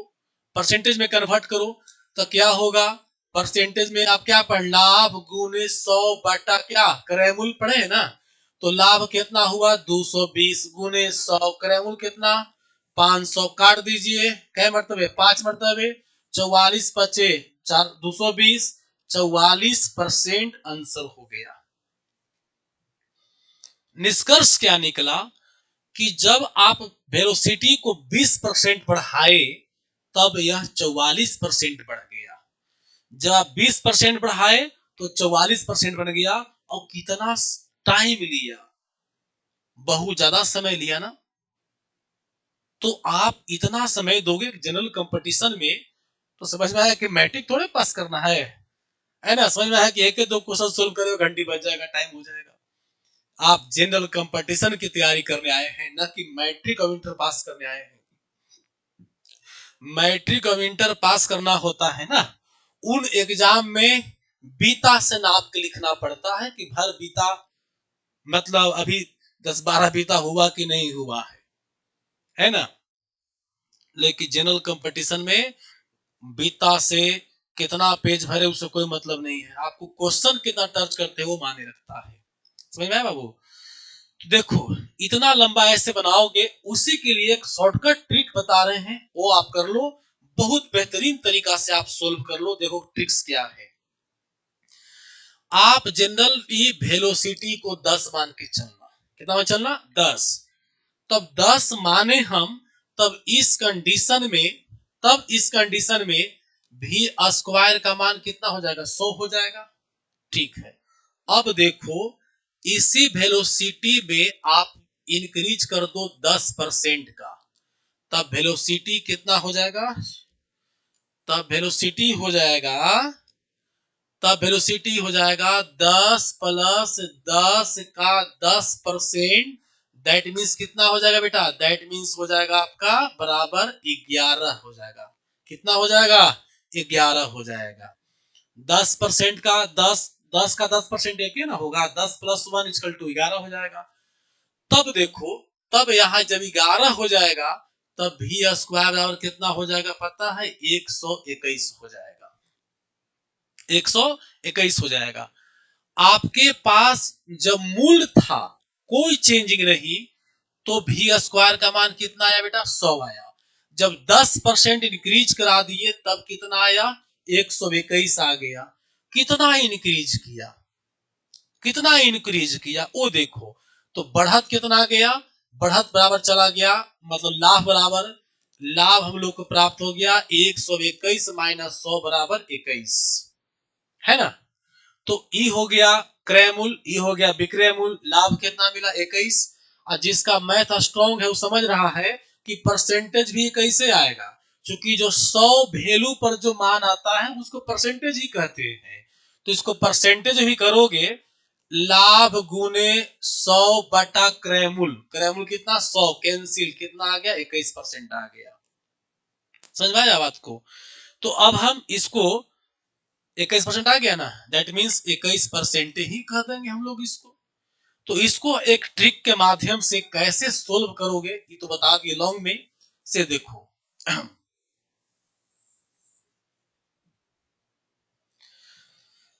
आपको जनरली क्या मानना है कि भी को आप 10 मान लीजिएगा, 10 मीटर पर सेकंड मान लीजिएगा, और यहां से इसको आप इंक्रीज कराइए कै परसेंट, 10% इंक्रीज कराइए।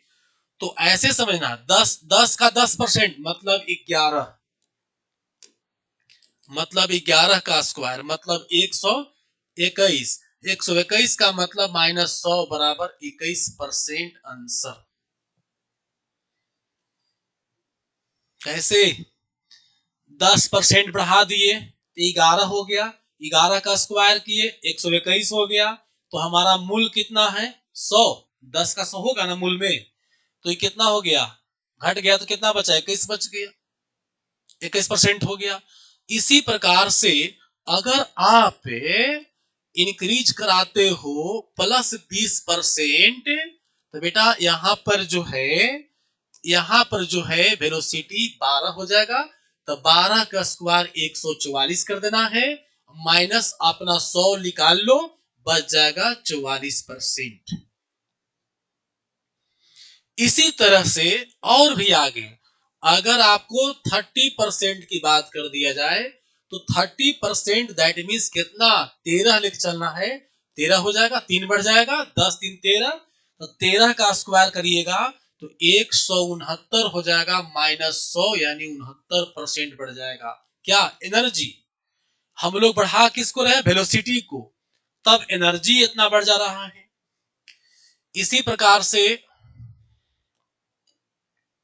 अब आप लोग बताओ कि अगर 40% हम इंक्रीज करावेंगे तब कितना हो जाएगा बोलो, तब हो जाएगा 14 का स्क्वायर 196 माइनस 100 बराबर 96% आंसर हो गया। इसी ट्रिक्स का प्रयोग करो अगर समय बचाना है तो। अब सुन लो, ये सिस्टम जो बताए कि 10 का 21, 20 का 44, 30 का 169 से 69 बनेगा, 40 फिर इतना होगा, ये सिर्फ गतिज ऊर्जा के लिए नहीं है, जहां जहां भी स्क्वायर का फॉर्मूला है वो सब जगह लागू होगा। उदाहरण के लिए अगर ये स्क्वायर है, इसका साइड मान लो 12 मीटर लंबा दिया हुआ है, तो इसका एरिया 144 हो जाएगा, होगा ना। तब अगर कहे कि बाबू रे ये जो है ना इंक्रीज कर गया भुजा, इसका 10% साइड को बढ़ा दिया गया है, तो यानी कितना हो जाएगा 10% यानी 120 यानी 13.2 मीटर हो जाएगा।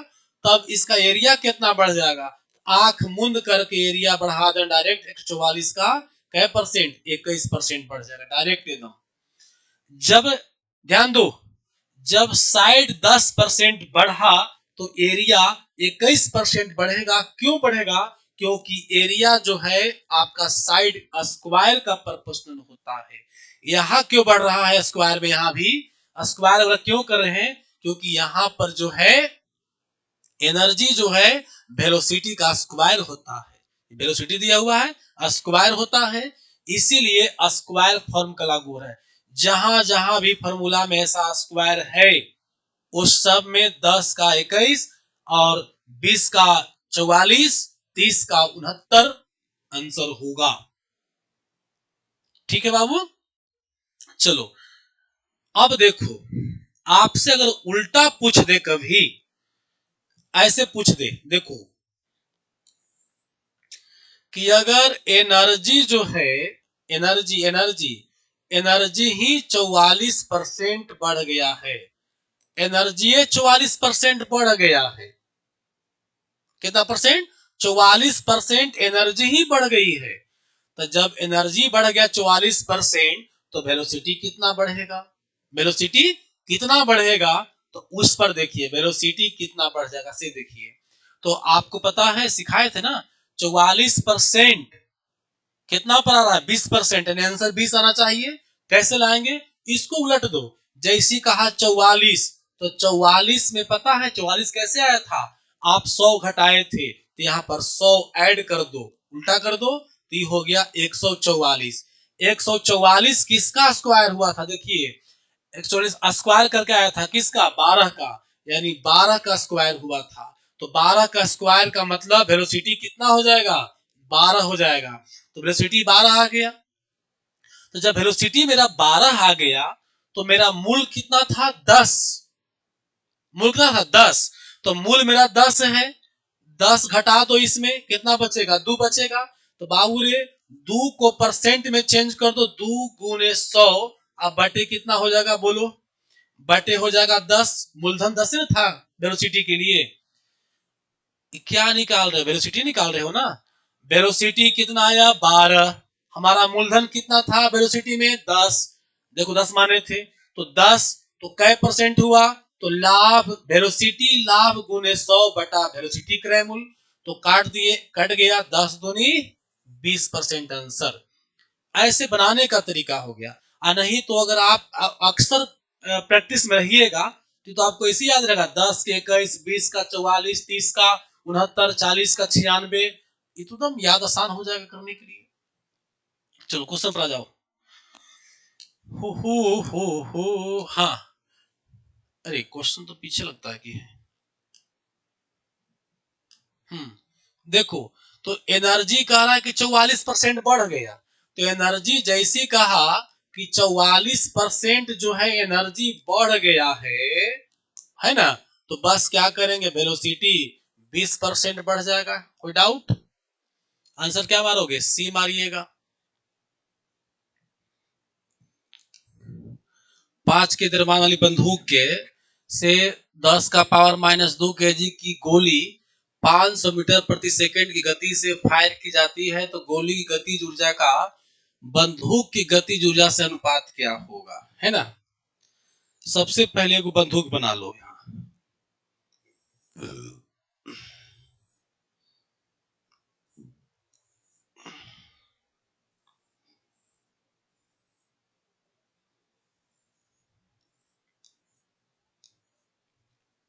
बंदूक बना लिए। इसका मास कितना दिया हुआ है? इसका मास दिया हुआ है 5 kg, इसका मास दिया हुआ है, ठीक है। अब वेलोसिटी इसका पता नहीं है, और इस बंदूक से एक बुलेट निकल रहा है ना, तो ये बुलेटवा का जो है ये मास दिए हुए है, बुलेट का मास दिए हुए है 10 का पावर -2 kg, मतलब हो गया 1 बटा कितना? 100 kg।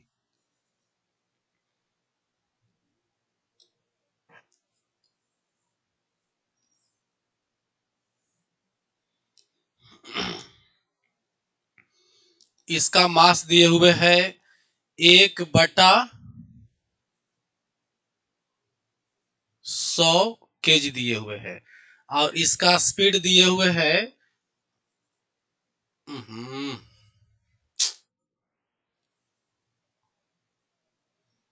इसका स्पीड दिए हुए है 500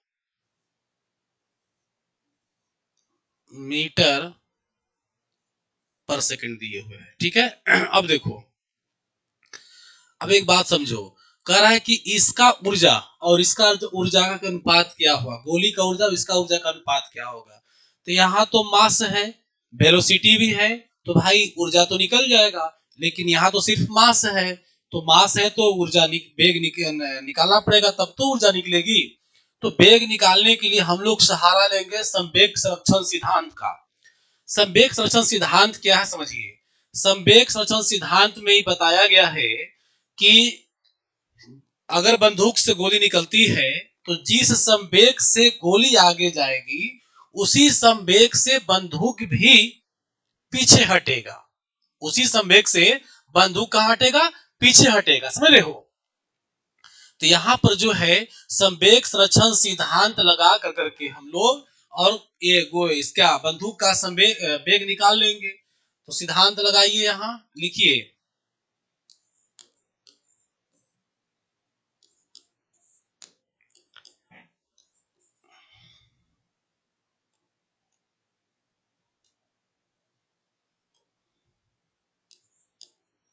संवेग संरक्षण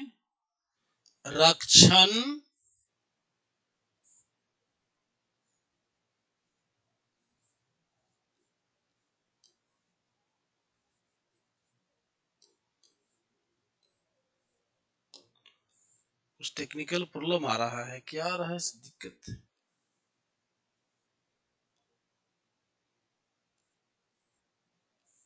सिद्धांत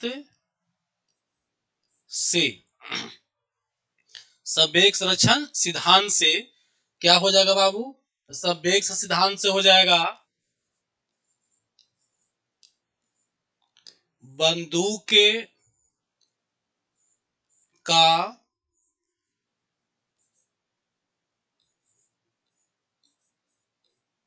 का संवेग बराबर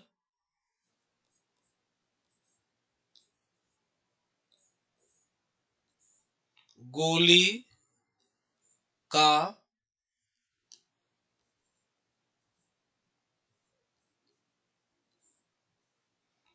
संवेग। तो बंदूक का संवेग और गोली का संवेग पहले जानना होगा कि संवेग का फॉर्मूला क्या होता है। संवेग का फॉर्मूला होता है P बराबर mv। P बराबर क्या होता है? P बराबर mv होता है।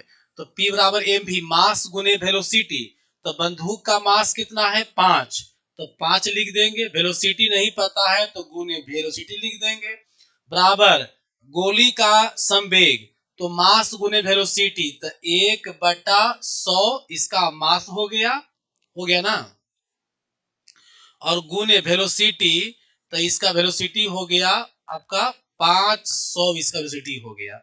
तो यहाँ काट दीजिएगा, तो 2 जीरो से 2 जीरो कट जाएगा, 5 से 5 कट जाएगा, यानी वेलोसिटी का मान जो है 1 आ गया। कितना आ गया? 1 मीटर पर सेकेंड आ गया। 1 मीटर पर सेकेंड आ गया। तो यहाँ लिख देंगे वेलोसिटी का मान 1, क्या हो गया यार, 1 मीटर पर सेकेंड हो गया। ठीक है, अब क्वेश्चन जो कह रहा है, प्रश्न से चलेंगे। प्रश्न से गोली का ऊर्जा बटे बंदूक का ऊर्जा। तो गोली का हाफ एम बी स्क्वायर लिख दीजिए, हाफ एम। तो मास कितना हो गया जी? 1/10 इसका मास हो गया, 1/10 मास इसका हो गया, गुने 500 स्पीड का स्क्वायर। तो 500 गुने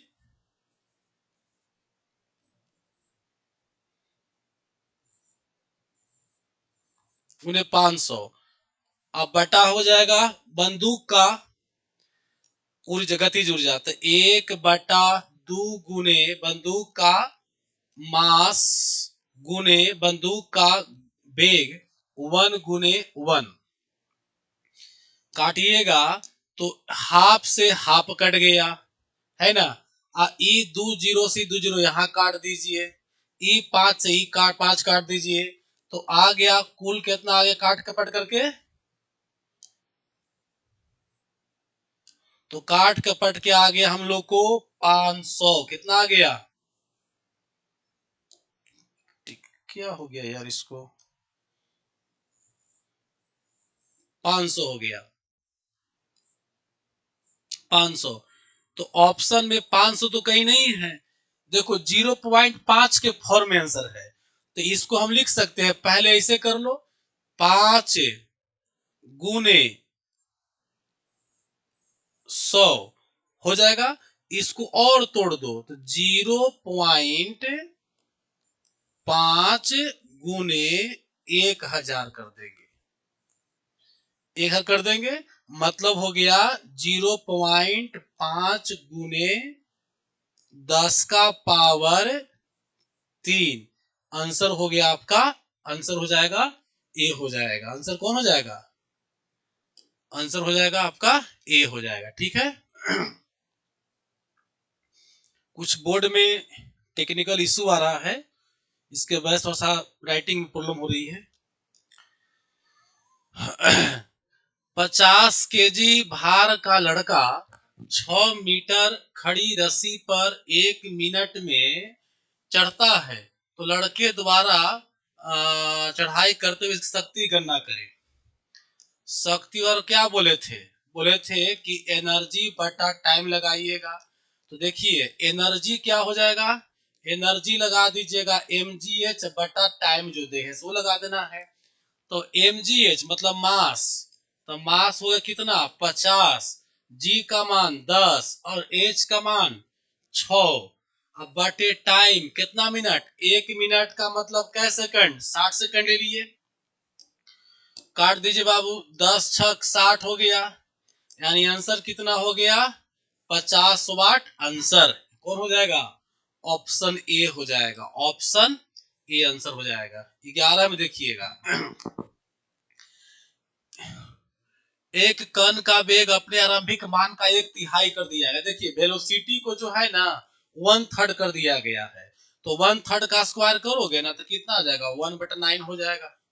अगर सिर्फ तिगुना होता, ऐसे होता v बराबर 3 गुना कहते अगर, तब 3 का स्क्वायर कितना होता 9 आंसर हो जाता। लेकिन 1/3 है तो 1/9 हो जाएगा। आंसर बिहार हो जाएगा। आंसर बिहार हो जाएगा।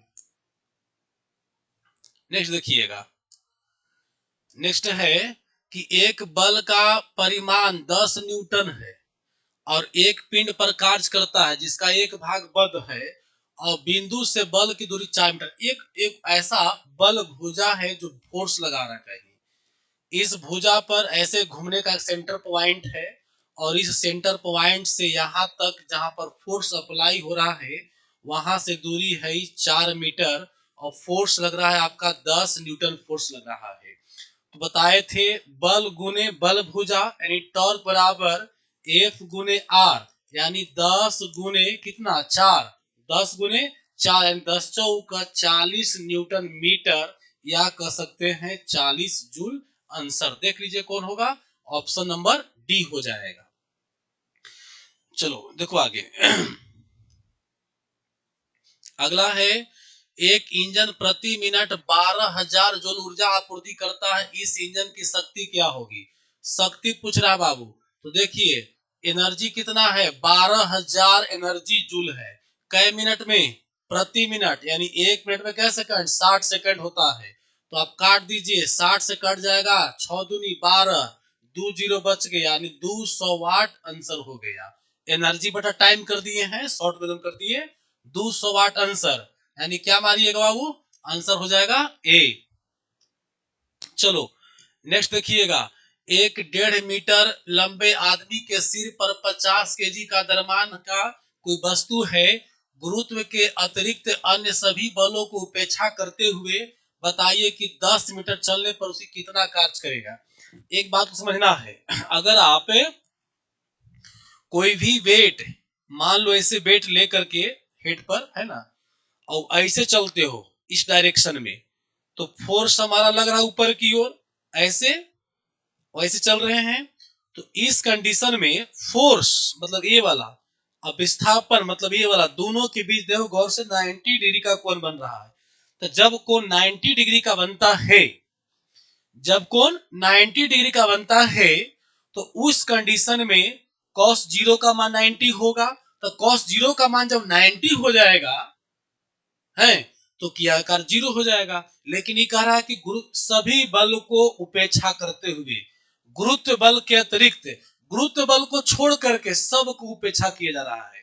मतलब ये सब जो फोर्स हम लगाए उससे कोई मतलब नहीं है। गुरुत्व बल की बात कर रहा है। तो गुरुत्व बल मतलब mgh नीचे की ओर, तब कार्य क्या हो जाएगा, बराबर हो जाएगा mgh। मास कितना है बेटा, देख लो, मास हो गया 50 केजी, जी कितना हो गया 10, एच कितना हो गया 1.5 मीटर, है ना, हाइट आदमी का 1.5 मीटर। तो ये हो गया 500 गुने 1.5 डेढ़ाइए 750 joule answer, option number C. चलो आगे देखो, 60 केजी का एक व्यक्ति 110 सेंटीमीटर की ऊंचाई की 100 सीढ़ियां चढ़ती है। इस प्रकार से सीढ़ी बना हुआ है 100 गो, ठीक है, और प्रत्येक सीढ़ी का जो हाइट है, यहां से लेकर जो यहाँ हाइट दिया हुआ है, यह हाइट है बेटा 10 सेंटीमीटर है। तो वैसे ऐसे 100 सीढ़ी है, तो टोटल हाइट कितना हो जाएगा जी, 100 गुने 10 हो जाएगा, मतलब 1000 सेंटीमीटर हो जाएगा। मीटर में करोगे तो 100 से भाग देने पर 10 मीटर आ जाएगा। क्लियर हो गया। अब कह रहा है क्या कि शक्ति गणना करे, शक्ति की गणना करे, गलती लिखा हुआ है, टाइपिंग मिस्टेक यहाँ पर है। हाँ, तो शक्ति गणना करे, तो पावर बराबर क्या हुआ, एनर्जी बटा टाइम। एनर्जी, तो यहाँ पर हाइट की बात है, तो हम लोग mgh लगा देंगे। मास 60 गुने जी 10 गुने एच भी 10 आया अभी हमारा, mgh हो गया बटे टाइम, 1 मिनट टाइम लेता है नहीं 60 से, तो कैंसिल करिएगा, तो 60 से 60 कैंसिल हो गया, कितना हो गया 100 वाट आंसर। 100 वाट आंसर क्या हो जाएगा, आंसर हो जाएगा बिहार। चलो नेक्स्ट देखिएगा, 16 नंबर, यदि किसी पिंड की गति को दोगुनी कर दी जाती है तो पिंड का परिणामी ऊर्जा एवं प्रारंभिक ऊर्जा का अनुपात होगा। पिंड का जो गति है दुगना कर दिया गया है। एक पिंड का जो वेग है वेलोसिटी भी है, और दूसरे का जो है ना 2 भी कर दिया गया है, दुगना कर दिया गया है। तो सिंपल सी बात है, देखो पढ़ा चुके हैं कि जब वेलोसिटी दुगना है तो पता है एनर्जी का जो इसका रेशियो आएगा, जो एनर्जी का रेशियो आएगा वो बेटा दुगना का स्क्वायर यानी क्या गुना, 4 गुना हो जाएगा, आंसर 4 गुना हो जाएगा। दैट मीन्स यहाँ 4 हो जाएगा, कितना हो जाएगा, यहाँ 4 लग जाएगा, ये दुगना है तो ये 4 गुना हो जाएगा। लेकिन पूछ रहा है अनुपात, तो पिंड की परिणामी ऊर्जा, परिणामी मतलब नया वाला ई वाला, और प्रारंभिक ऊर्जा का अनुपात मतलब ई वाला और ई वाला अनुपात पूछ रहा है, तो 4/1 हो जाएगा, यानी 4:1 हो जाएगा। आंसर क्या बन जाएगा, आंसर बन जाएगा सी। आगे देखो, 373 मीटर गहरे तालाब में 360 केजी पानी 30 मिनट में निकालता है, तो उस मोटर की शक्ति क्या होगी।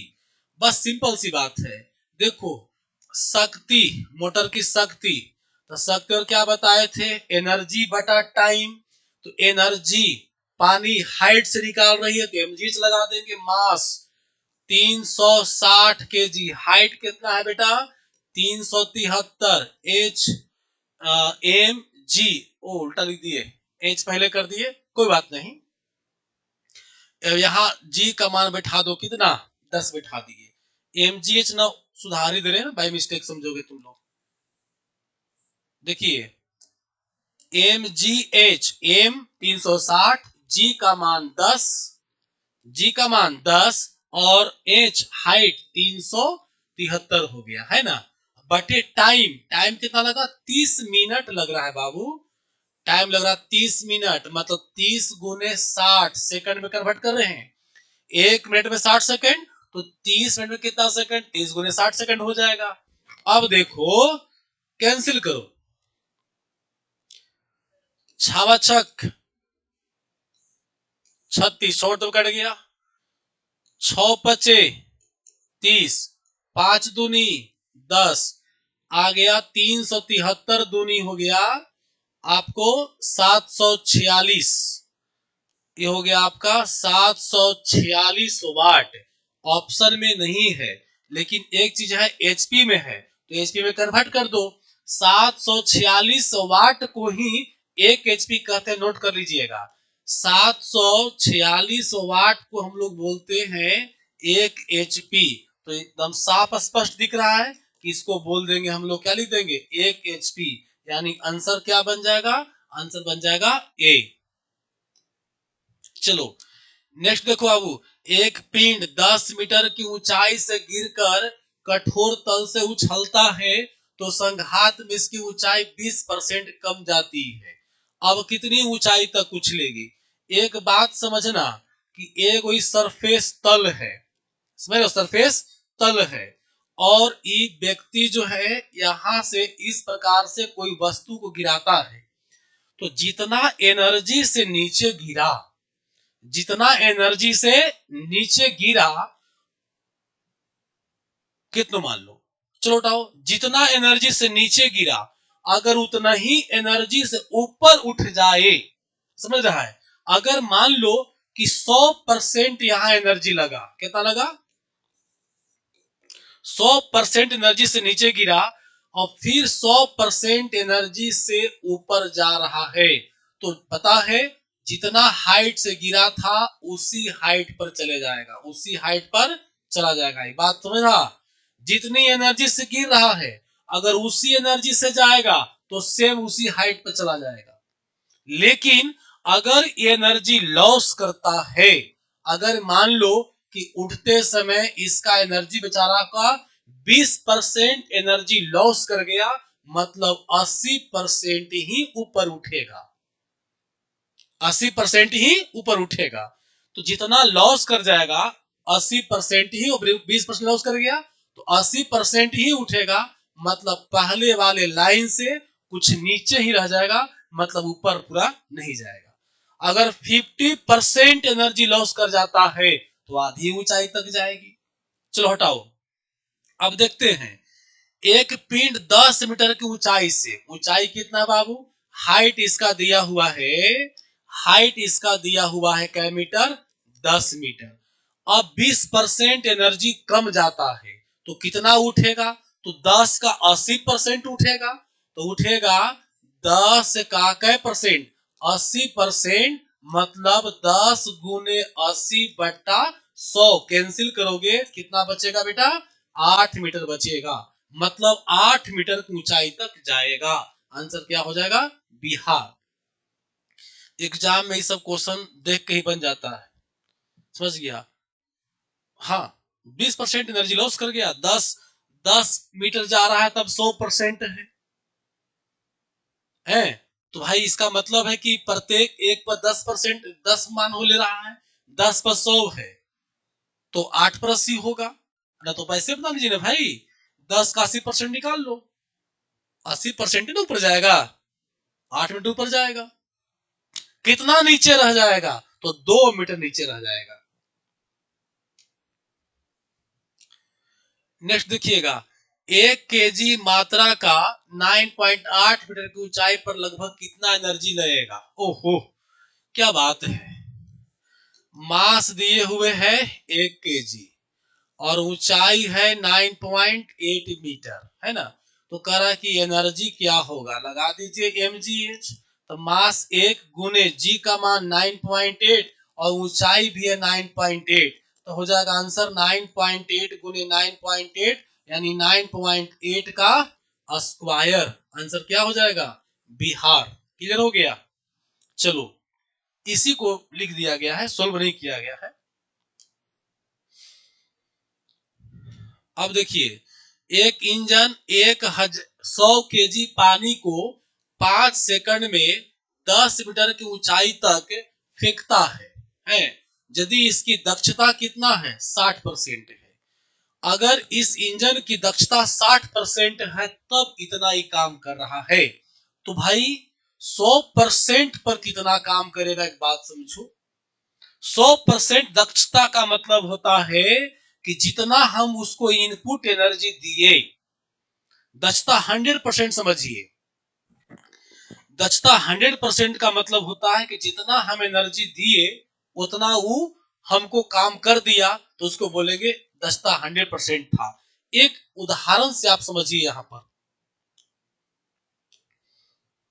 देखिए, अगर यहां मान लो कि कोई इंजन है, ठीक है, इसमें अगर हम लोग इनपुट के तौर पर अगर 500 जूल इसमें एनर्जी हम डालें, है ना, तब जो है ये आउटपुट हम कोई काम करके देता है मात्र जो है 300 जूल काम करके देता है। मैंने इसको एनर्जी कितना दिया? 500 जूल। आउटपुट हमको कितना दिया? 300 जूल।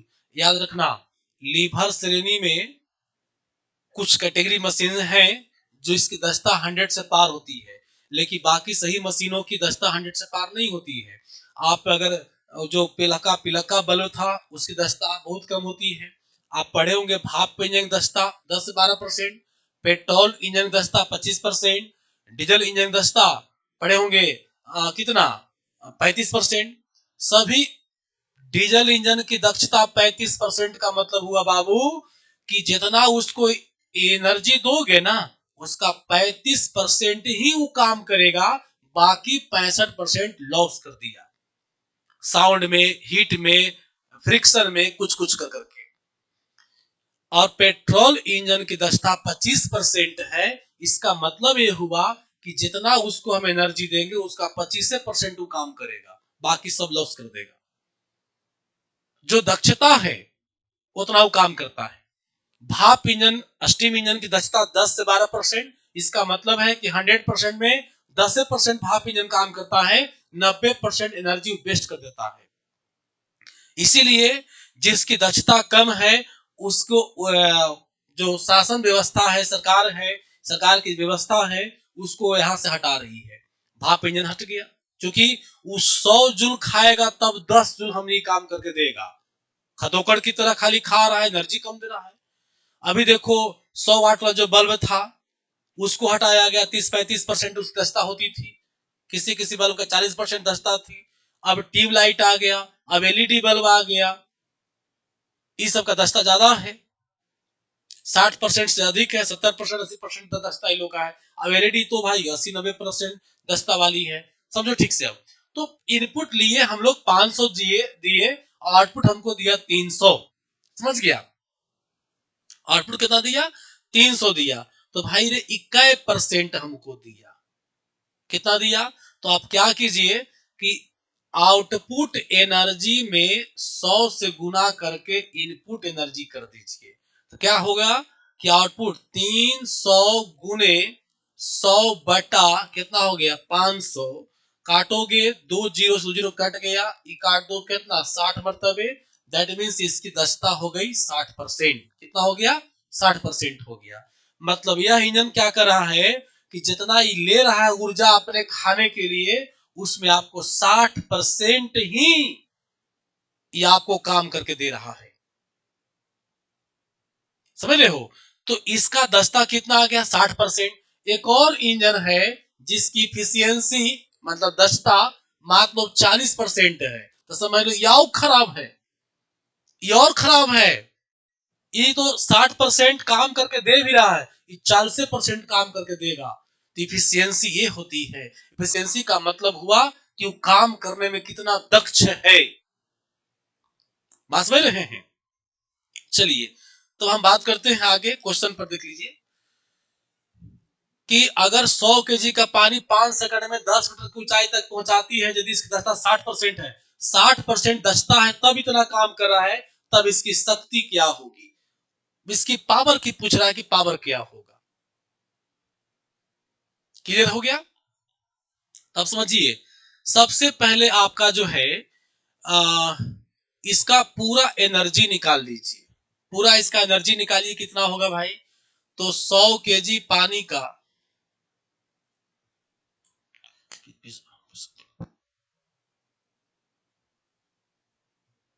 अरे पम दाने नहीं जाने कोई मार रे बंदे।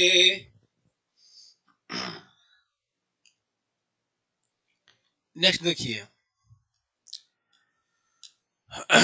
एक इंजन 100 केजी पानी को 5 सेकंड में 10 मीटर ऊंचाई तक फेंकता है। यदि इंजन की दक्षता कितना है? 60% है, तब इसकी शक्ति क्या होगी पूछ रहा है। देखिए, सबसे पहले इसका एनर्जी देख लीजिए कितना है, मान लिया कि पूरा एनर्जी कितना था, x था। मान लिया कि पूरा एनर्जी कितना था, x था। तो x का 60% एनर्जी दे रहा है, तो mgh हो जाएगा। तो m कितना है 100, g कितना है 10, h कितना है, h हो गया 10। बाबू रे, तो x से गुने 60/100 बराबर 100 गुने 100 हो जाएगा। तो 100 हो गया, ये 4 जीरो कह दो। यहां पर क्या करिए कि एक जीरो से एक जीरो काट दीजिए, कट गया।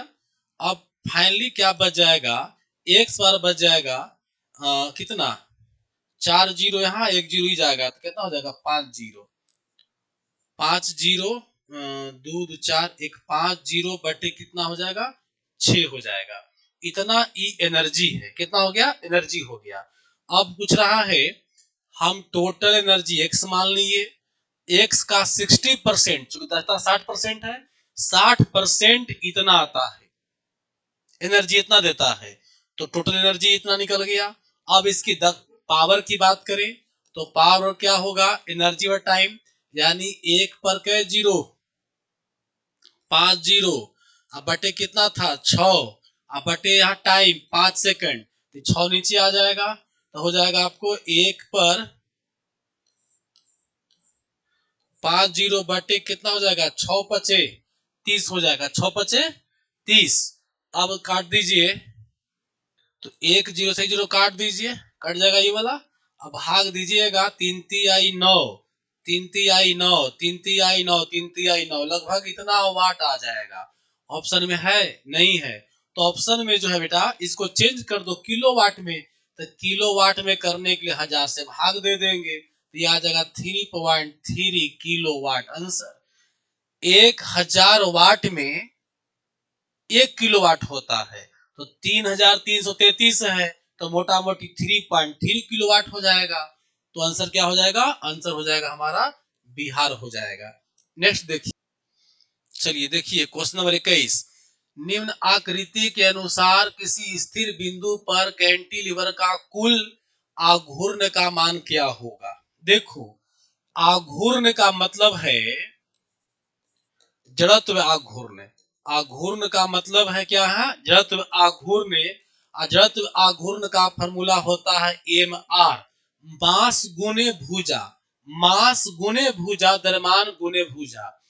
आज की क्लास में ही पीछे क्वेश्चन में चर्चा किए थे बल आघूर्ण, बल आघूर्ण में बल गुने भुजा, बल आघूर्ण में बल गुने भुजा, और जड़त्व आघूर्ण में द्रव्यमान गुने भुजा, है ना, कंफ्यूजन ना हो। बल आघूर्ण में बल गुने भुजा, ब से बल, अब बल गुने भुजा हो गया उधर, बल गुने बल आघूर्ण में बल गुने भुजा, और जड़त्व आघूर्ण में द्रव्यमान गुने भुजा होता है। तो देखिए एम आर मतलब द्रव्यमान गुने भुजा, तो भाई यहाँ ये मास सब पॉइंट पर अलग अलग है, भुजा की लंबाई भी सब पॉइंट पर अलग अलग है।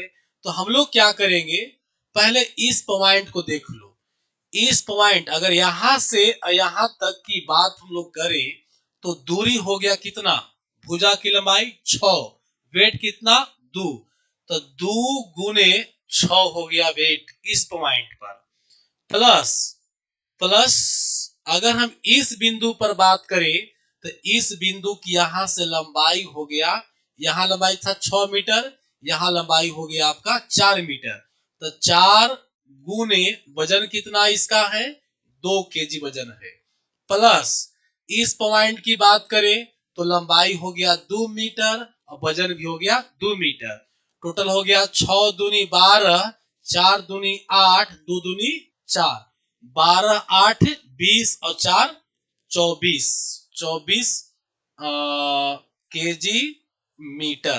तो यहाँ 24, तो यहाँ आ गया 24 से केजी मीटर आ गया, तो आंसर में कौन होगा, ए हो जाएगा 24 केजी मीटर। चलो नेक्स्ट देखो, नेक्स्ट हो गया बाबू 22, एक अप्रत्यास्थ गेंद को 100 मीटर की ऊंचाई से गिराया जाता है, तो पृथ्वी के कारण इसकी 80% ऊर्जा क्षय हो गया, तो 80% ऊर्जा क्षय हो गया, बचा कितना 20%। तो वापस गेंद किस ऊंचाई तक उछलेगी? अरे बाप रे बाप, 100 मीटर का 100 मीटर का क्या परसेंट बचेगा जी? 20%। यानी 100 गुने 20 बटा 100 यानी कितना? 20 मीटर उछलेगा। Option number a. ध्यान देना, 80% ऊर्जा क्षय खरा है, 80% ऊर्जा क्षय हो गया है, तो 20% ना ऊपर जाएगा, तो 100 का 20% क्या मीटर? 20 मीटर। आंसर क्या हो गया? ए। नेक्स्ट देखिएगा, कोई गेंद 12 मीटर की ऊंचाई से विरामावस्था से गिराई जाती है, तो गेंद जमीन से टकराने पर अपनी गतिज ऊर्जा का 25% नष्ट हो गया।